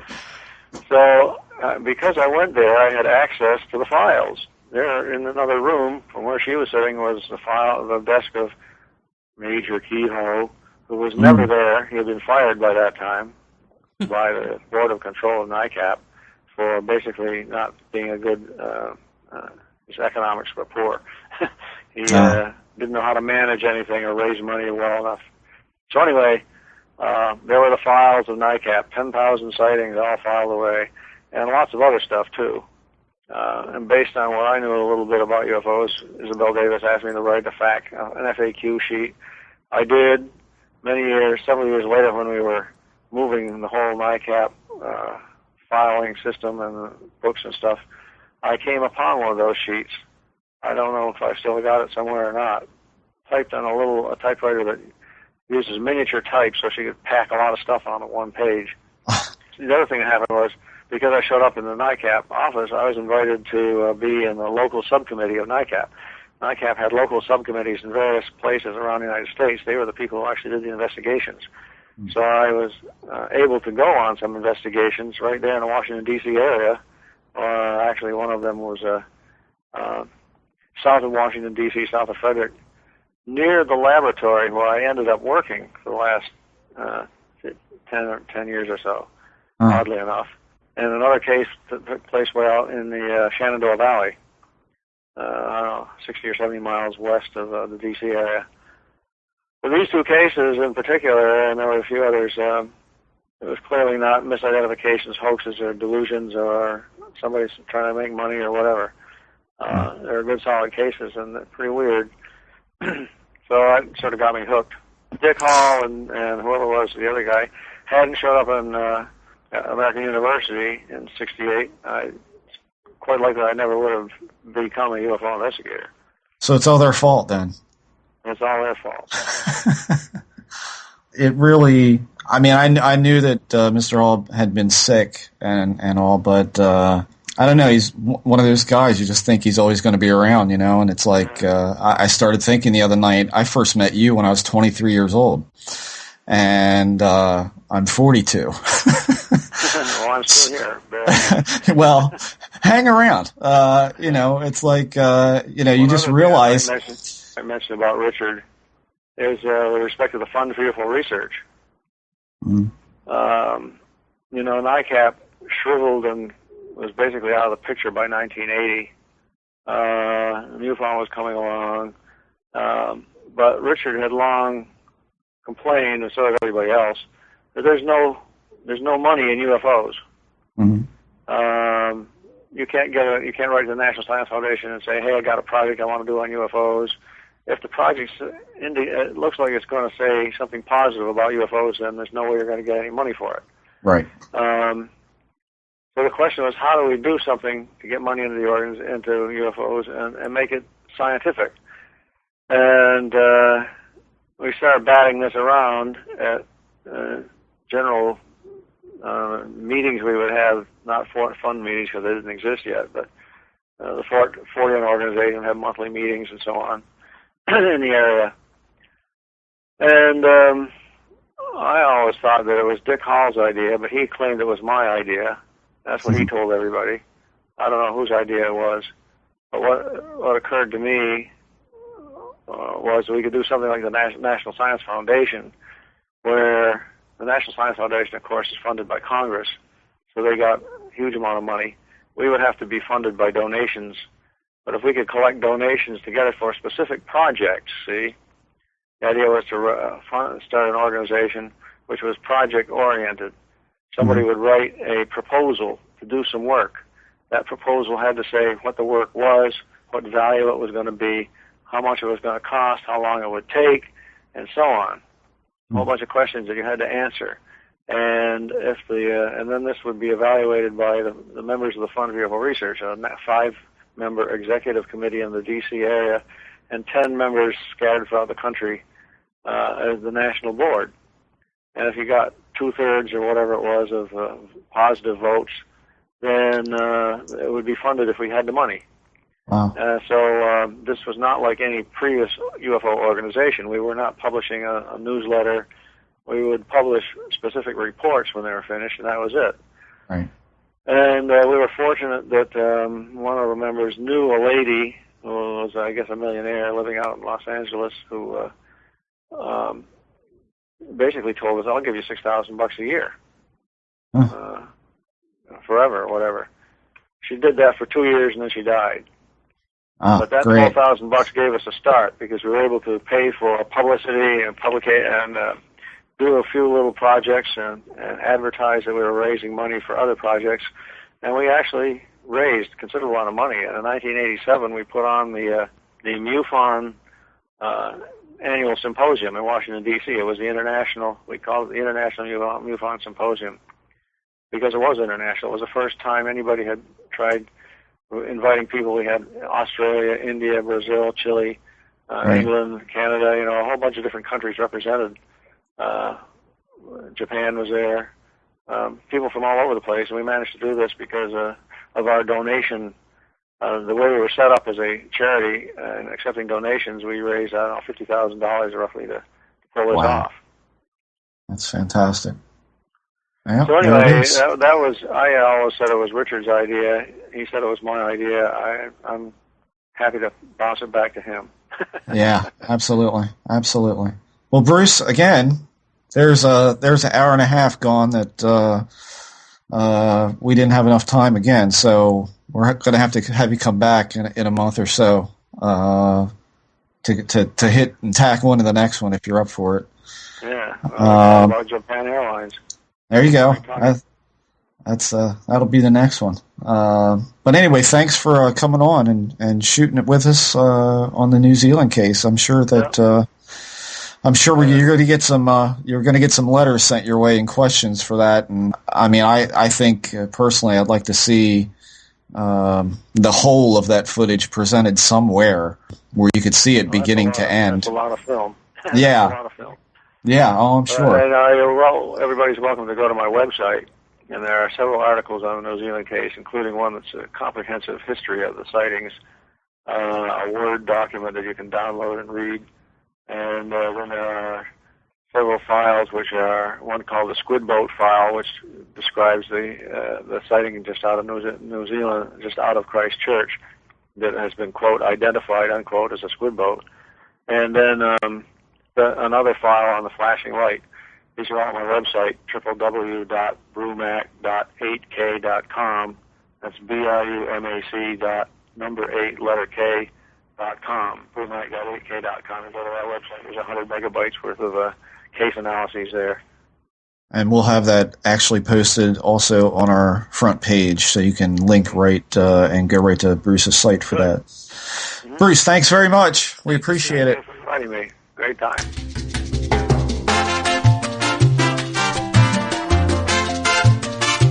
This is Mark Nesbitt. I wrote The Ghosts of Gettysburg. You are listening to Paratopia with Jeff and Jeremy.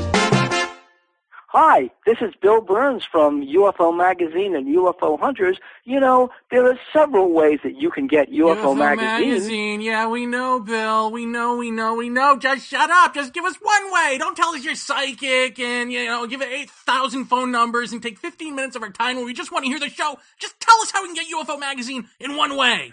Okay. Just go to www.ufomag.com, subscribe online. You happy? Yeah, was that so hard? Actually, harder than you know.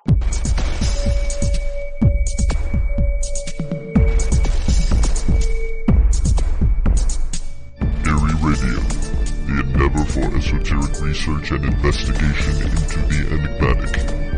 Eerie Radio is a weekly podcast that features interviews with the world's leading paranormal researchers. Download episodes of Eerie Radio from your favorite podcatcher or directly from the show website at www.eerieradio.com. Eerie Radio.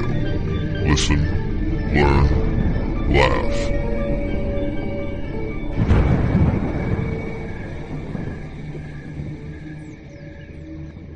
So, Jeff.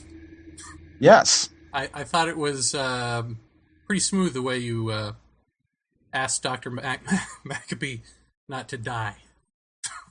Oh, he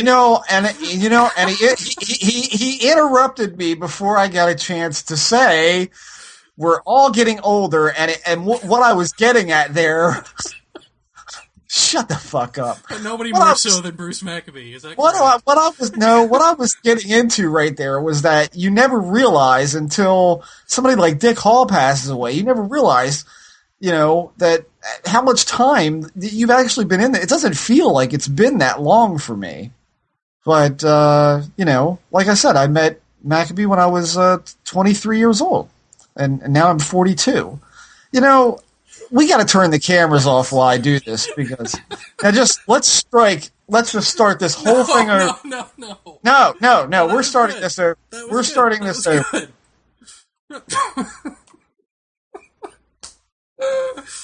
Fucking jackass.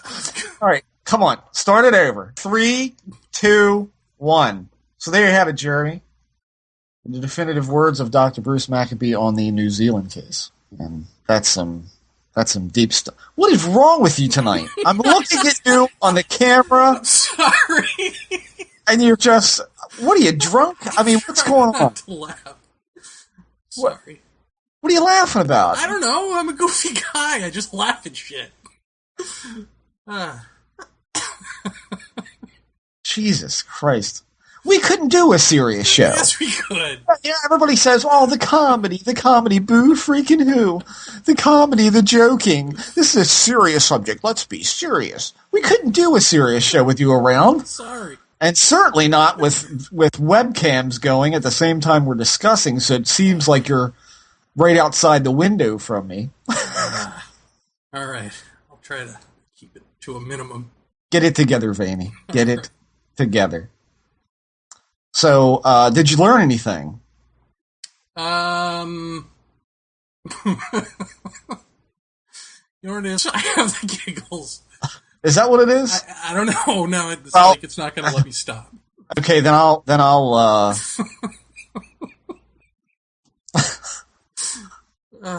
Do we have to start again? Is that what has to happen? No, let me tell you what I learned. I learned that Maccabee is on his way out. No. God, no. Let me make my point abundantly clear here. When I said I met Dr. Maccabee at 23 years old, and now I'm 42, and he said, well, I'm still here. I was like, nah, that's not what I was getting at. What I was getting at is that you become so engrossed in this subject and the people in it, in talking to them, going to meetings and doing podcasts and all that, you never really realize that it's been that long. I mean, you when somebody like Dick Hall passes away, you never realize, Jesus, this guy had been in this since, the 50s. I mean, how quickly it goes. It's just ridiculous. It's ridiculous to think that, I was only 23 when I met Bruce Maccabee, and now I'm 42, and it's like, it seems like it wasn't that long ago. So, it's just weird to me. Do investigators like him not exist anymore, or do cases like that not exist anymore? I mean, is this stuff, does it go in evolving chunks? Was there a time when there was a lot of radar and, missing planes and whatever, that sort of thing, and then that stopped happening, and then it became something else? Or is that just a narrative like you would see in the miniseries Taken, but doesn't really reflect reality? Well, I mean, I don't think there's a whole lot of people like him. I think, like you said, Jeff Sanya would be one of the guys who will definitely do the work. And again, he's been into it an absurdly long time as well. But do cases like that happen anymore? I don't know. I don't know that we get information like we should. Look at O'Hare. Look how long it was between, the actual event and then the reporting of it. Think about Leslie Kean's big to do, and she had the Israeli general.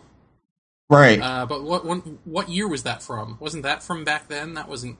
I couldn't tell you. No, it wasn't anything new. I mean, and you would think with the advent of the internet, we'd have instant notification of such things when that happens, but we don't. It doesn't seem to happen that way. Well, I mean, which could be anywhere. You could attribute that to anything from a proprietary attitude over a case to stop it.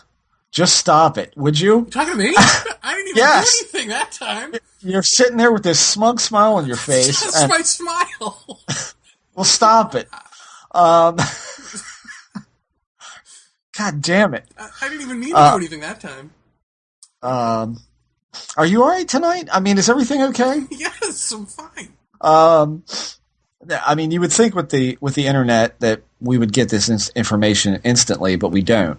And maybe that has something to do with, like I've said before, like these investigators, some take like a proprietary attitude with this where they don't share it openly with the public to be able to get in when it's still hot. It's usually a year later or 2 years later or whatever. So I don't know. I don't know that there's anybody doing what Bruce did, which was, sounds to me like just kind of almost drop everything and just go. Contact the right people, and I don't think a lot of people have his credentials either. I mean, Jesus. I mean, how many optical physicists do you know out there in UFO land? None, as far as I know. So I mean, I think he's a unique guy, and it's always we've had him on twice, and I always I should say always, both times I'm always stuck with the impression that those days are over. That it really is all opinionated stuff. Like I'm trying to think. I mean, if there are UFO specials on where you go to an expert, you got a 50-50 shot of that expert being like David Sereda. And that didn't seem to be the case before. It seemed like you would always see Maccabee on TV, or somebody of that caliber, somebody who actually investigated things and didn't have sort of flights of fancy about what this stuff represented. And I don't know. I mean, is that even out there? Of course, there hasn't been a really in-depth UFO special probably since that, what was it, Peter Jennings? Was that what it was? Yeah, that farce, right. Yeah, that farce. But even that farce had some credible researchers in it, did it not? Oh, yeah, absolutely. But those days are over. It's all. I think you're right when you say like the internet sort of killed this. It's all like opinion and whoever can sort of raise themselves to the top of the heap in popularity is going to get on TV. Yeah. And now the person who does that is pretty much only the person who has sort of a lame answer, an awful answer to it all.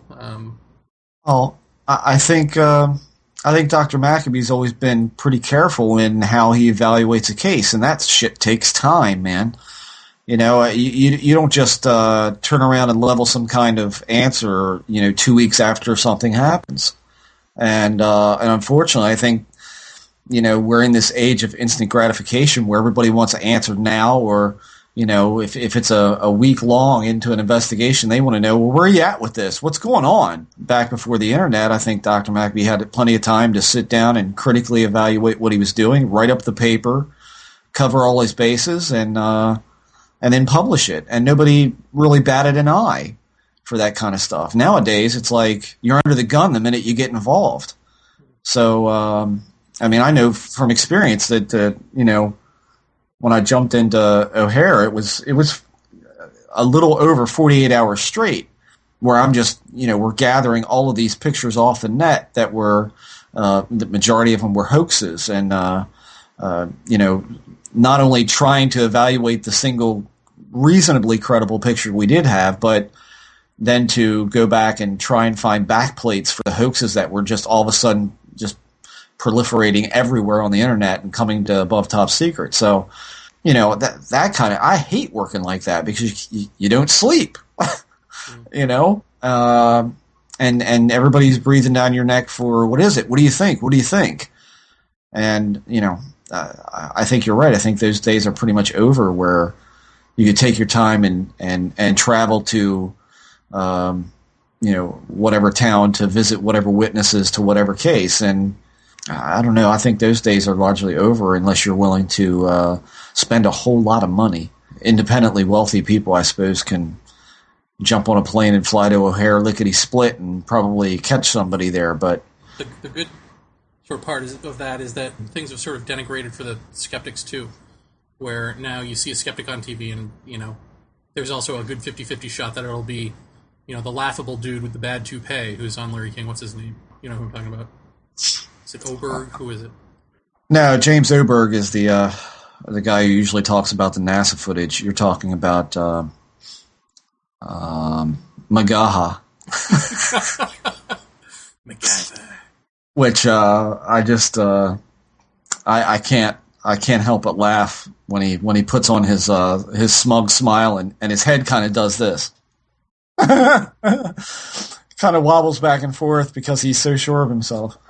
I think that has gotten pretty lame in recent years. I think back in the day it used to be a little bit more evenly matched, but I think nowadays it's the skeptic camp has definitely faltered as far as UFOs go. I think they focus a lot more these days, at least from what I've read around the net. The psychic scams and the John Edwards and the who else? Who's the woman with the voice? Sylvia Brown. Yeah. They're really hot on that. So, whatever. I mean, the whole face of this has changed since probably the 80s, for that matter. And it's just not the same as it used to be. I mean, a lot of stuff has changed. And I don't know. I think, I think Rich Hall got very disgusted with it towards the end of his life just because of what it had evolved into. Maybe when we don't hear from a lot of these veteran researchers, I think that's probably what's going on. I mean, Valet walked away for a number of years, and yeah, I mean, I thought he was coming back some time ago, but I haven't heard much from him. And if Dr. Valet is listening, we want you on the show. Contact the show. I mean, this is what we're seeing, though. We're seeing a lot of these credible old guys that know their stuff are just dropping away from it because it's just, it's gone in the toilet. So I guess we just keep doing what we're doing and see what happens. Speaking of dropping in the toilet, no. Speaking of face changes, you've got bruises. Yeah. Care to explain? You're not going to show these to people, but you showed them to me.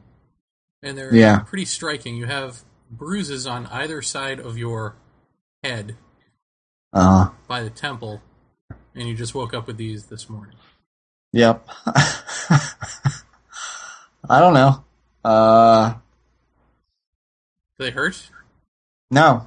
You press on them? I actually had them one time before, several years ago. I don't know how many years ago it's been. I don't know. The only thing I can tell you, and this sounds a little a la Strieber to me, is that Lisa, a couple nights ago, came bolting down from the upstairs after she had gone to bed, and I was laying there watching TV. And she said, "Something's outside." And I jumped up and grabbed the 9 out of the cabinet and went outside. And there was nothing there to see. I walked all around. She said that something was moving around the yard and banging into things like the trash can and the studio building and the gazebo and the fence. And she could hear this like something was banging around. But we didn't see anything. And I think it was night before last, she was outside at the gazebo with the dog. She usually sits out in the evening and reads her book out there.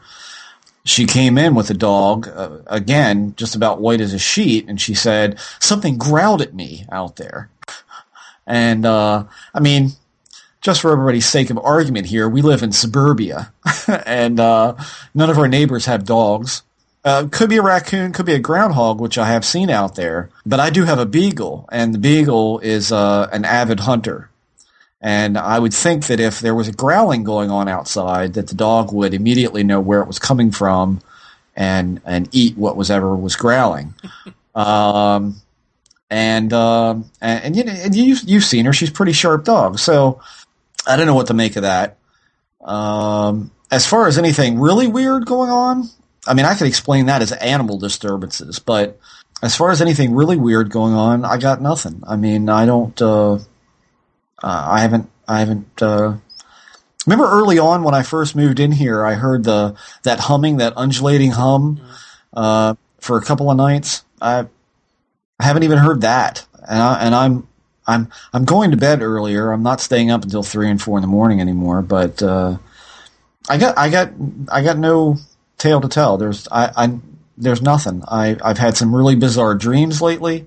Aside from that, and they're not anything ufologically related, even remotely.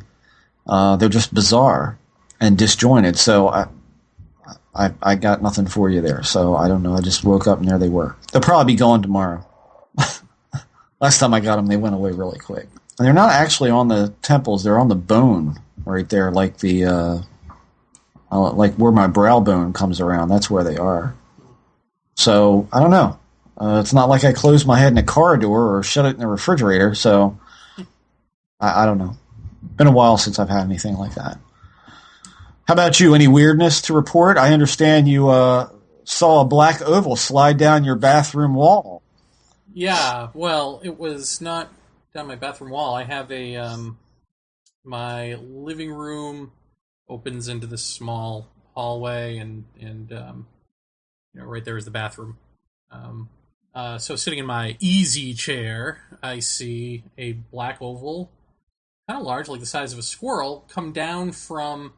There's a ceiling window in there, so basically coming down from that, so it would be in front of the shower curtain. So out of my peripheral vision, I see this, and I turn, and there it is, like sort of falling down, but not making a noise or seeming to hit the floor. So I get up and check it out, thinking, I mean, it was definitely something. You know what I mean? Like, it wasn't. It was very strange. So I just went looking, thinking, like, maybe I'm going to see a giant cockroach, or, I mean, I can't imagine what else it would be except a bug except that it was huge. And it just looked like a black oval. So, I looked around, I didn't see anything, of course, and then, I thought maybe, okay, it's maybe a bird flew over the window and there was a shadow that dropped down, and I've just never noticed it before. So I came back and sat in my chair, and I thought about calling you, and then I was like, nah, I'm not going to call him over every little thing. So as I'm sitting there, coming from my bedroom from the floor, like just above the floor, heading toward that hallway where the bathroom is, was like an arc, like a perfectly curved arc that seemed to move from there to there, and so the arc was like the bow of the arc would be the thing that was moving sideways, like the front of the object or whatever it was, and sort of inside the arc were almost a couple of round, almost like sparkler type things, except not shiny like sparklers, but that same sort of, I don't know, almost tinsely coming off of the center effect. Yeah. So I don't know what that is, but it looked clear. It looked like, I did call you after that, and I said it looked sort of, the only thing I can even compare it to is maybe like some sort of predator invisibility cloak or something. It just looked like that sort of invisible, like you could just make out the outlines of things. And that just sort of like went really fast, just sort of. How tall was that, would you say? That was not tall at all. That was probably maybe the same size as the oval. It didn't. So, whatever it was, it didn't have wheels or legs or anything like that. So, right. But it wasn't above the. I've got this little glass, cabinet thing that the TV sits on, and it wasn't above that. It was low to the ground. Okay. Would you say that the oval thing in the one room was maybe 1.5 feet long or bigger? Yeah, no, I wouldn't say it was bigger. I would say it was about as big as a squirrel or, something like that. But oval, there were no appendages on it. There was no, it was just a black oval. Did you try to touch it? It was almost like a perfectly oval-shaped glob of something, like sort of dropped down silently and then disappeared. You didn't try to grab it or touch it or anything? Well, it wasn't near me. It was like I had to get up and walk across the room and go in there. What did you do that day? Beforehand? Nothing. Anything out of the unusual? Well, the weird thing is, I did have, now they were just dreams, but I did have UFO dreams I don't normally have. That's neither here nor there, but I did wake up really late, which is, not like me, believe it or not. Yeah, that was the day you woke up after 1 o'clock, right? Yeah. I went to bed sort of normal time, and then I woke up around 1, and I was like, what? This is ridiculous. But I just attributed that to the weather, because if it's going to rain, I usually get really tired out of nowhere. Like, I can sort of predict when a big storm is coming. And I think it did rain. It wasn't a huge storm. Okay. So I just attribute it to that, but, I don't know. I don't know what that was. Very strange. On a side note, now that I'm thinking about it, did you make note of Fogarty, the guy on the reporter on the New Zealand case, that when Maccabee saw him, he was a mess. He was a zombie, and apparently if I understood Bruce right, the pilot and Fogarty were then divorced. Didn't sound like it went too well for them, did it? After all that. Yeah. Anti-structure doesn't like structure. There it is. Just wanted to point that out. Make mental note. For all you George Hansen fans out there. Yeah. Hey, there it is. I mean, you want your... I will say, I was the other day when that happened, I was in a really sort of weird state of mind in a way. I mean, like you had said, hey, why don't you just turn on a camera and have it sit there? Yeah, did you do that? No, I didn't do anything. And as you were saying it, I was thinking, I don't want to do anything. I just want to sit here. I don't even want to move. But it was like, that was my attitude all day, is like, I don't want to do anything. I just want to sit here. Like, I couldn't be bothered. Like, if that had been an alien that ran across my floor, I still wouldn't have been bothered to, like, get a camera and hunt it down. I'd have been like, you know what? I don't feel like it. That is so one of the things that I've noticed about this. We are now recording another show, and I still haven't put those pictures up from 2 years ago. which Gareth, if you're listening, God damn it, man, I swear to you, I will get these up, because I actually do have them uploaded. All I have to do is copy the damn link and paste it in the message board. So hopefully by the time this airs, they will be up for everybody to see. I think it's 13 consecutive shots. I think raw out of the camera. I don't think I sized them or anything. So they're big, so be forewarned. And I think at the same time that I post those, I'm actually going to email the link to Dr. Maccabee and see what he says, because I spoke to him about these photographs, not at this past X conference, but the one before. And never. It wasn't that I couldn't be bothered. It was just, I don't know, just everything gets in the way, and you get occupied with other things, and other things come up. The urge to not wanna is greater than the urge to do it. Yeah. For some unknown fucking reason. Yes. Reason. I'm still of the opinion that is something in this that is doing that. I think that is part of this whole phenomena is that you hunt for the evidence, and then once you get it, all of a sudden the drive just drops away from you like sweat on a hot day. You can't be bothered. You just don't care for some reason all of a sudden. And it doesn't matter how good or how bad the evidence is or mundane. You just kind of drop away from it. And I've noticed that about not just myself, but a hell of a lot of other cases that have come up over the years that I've looked at. These people, show me a piece of footage, and I'm like, wow, this is when was this shot? Oh, 2 years ago, 3 years ago? I'm like, and we're just seeing this now? What's the problem? Oh, I don't know, man. I don't know. So I definitely think there's something, I think there's definitely something to that. And, so I will get those pictures up there. And again, you guys make of them what you will. I have no idea what it was. I don't pretend to know. The only thing I can tell you about that sighting is that, and I probably described this before, but since I'm going to put them up, and I'm actually going to do it, just finished up a yard sale at my mother's house, Baltimore County, and again, a pretty suburbanite area. My wife and I went over to sit down and have a glass of water on Mom's front step. I guess something caught my eye right above us, and when I looked up, here is this oval-shaped thing, pretty much stationary, didn't seem to be moving. I looked up at it, and I just for a split second, my mind kind of went, get it? And when I saw a glint of sun off of it, so it obviously moved a little bit, I jumped up, I ran in the house, I grabbed Mom's camera, which was right inside the kitchen door, on a shelf with the microwave. I picked it up, I ran outside, and I just started clicking away. And by the time I got back out, it had moved. My parents live 3 to 4 city blocks away from the Beltway that runs around Baltimore. And I would say it was heading in that direction, which would have meant that from where we were originally sitting, it was heading left from our vantage point at first sight.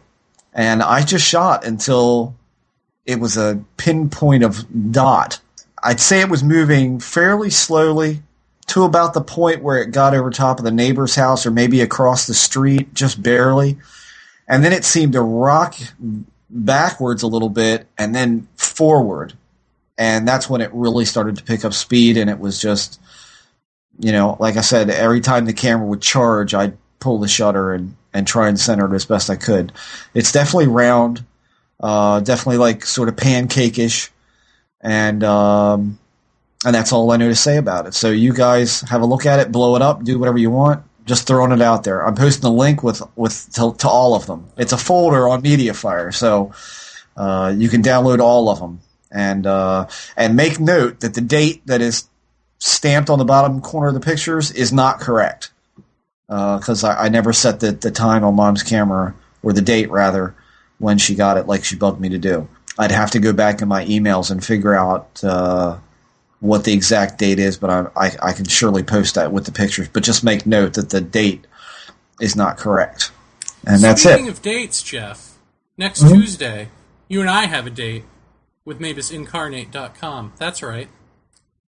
If you can't get enough of us and you want to text chat with us for, I don't know, an hour or however long it takes, Tuesday the 28th, that's next Tuesday, you will get your chance at www.mabusincarnate.com.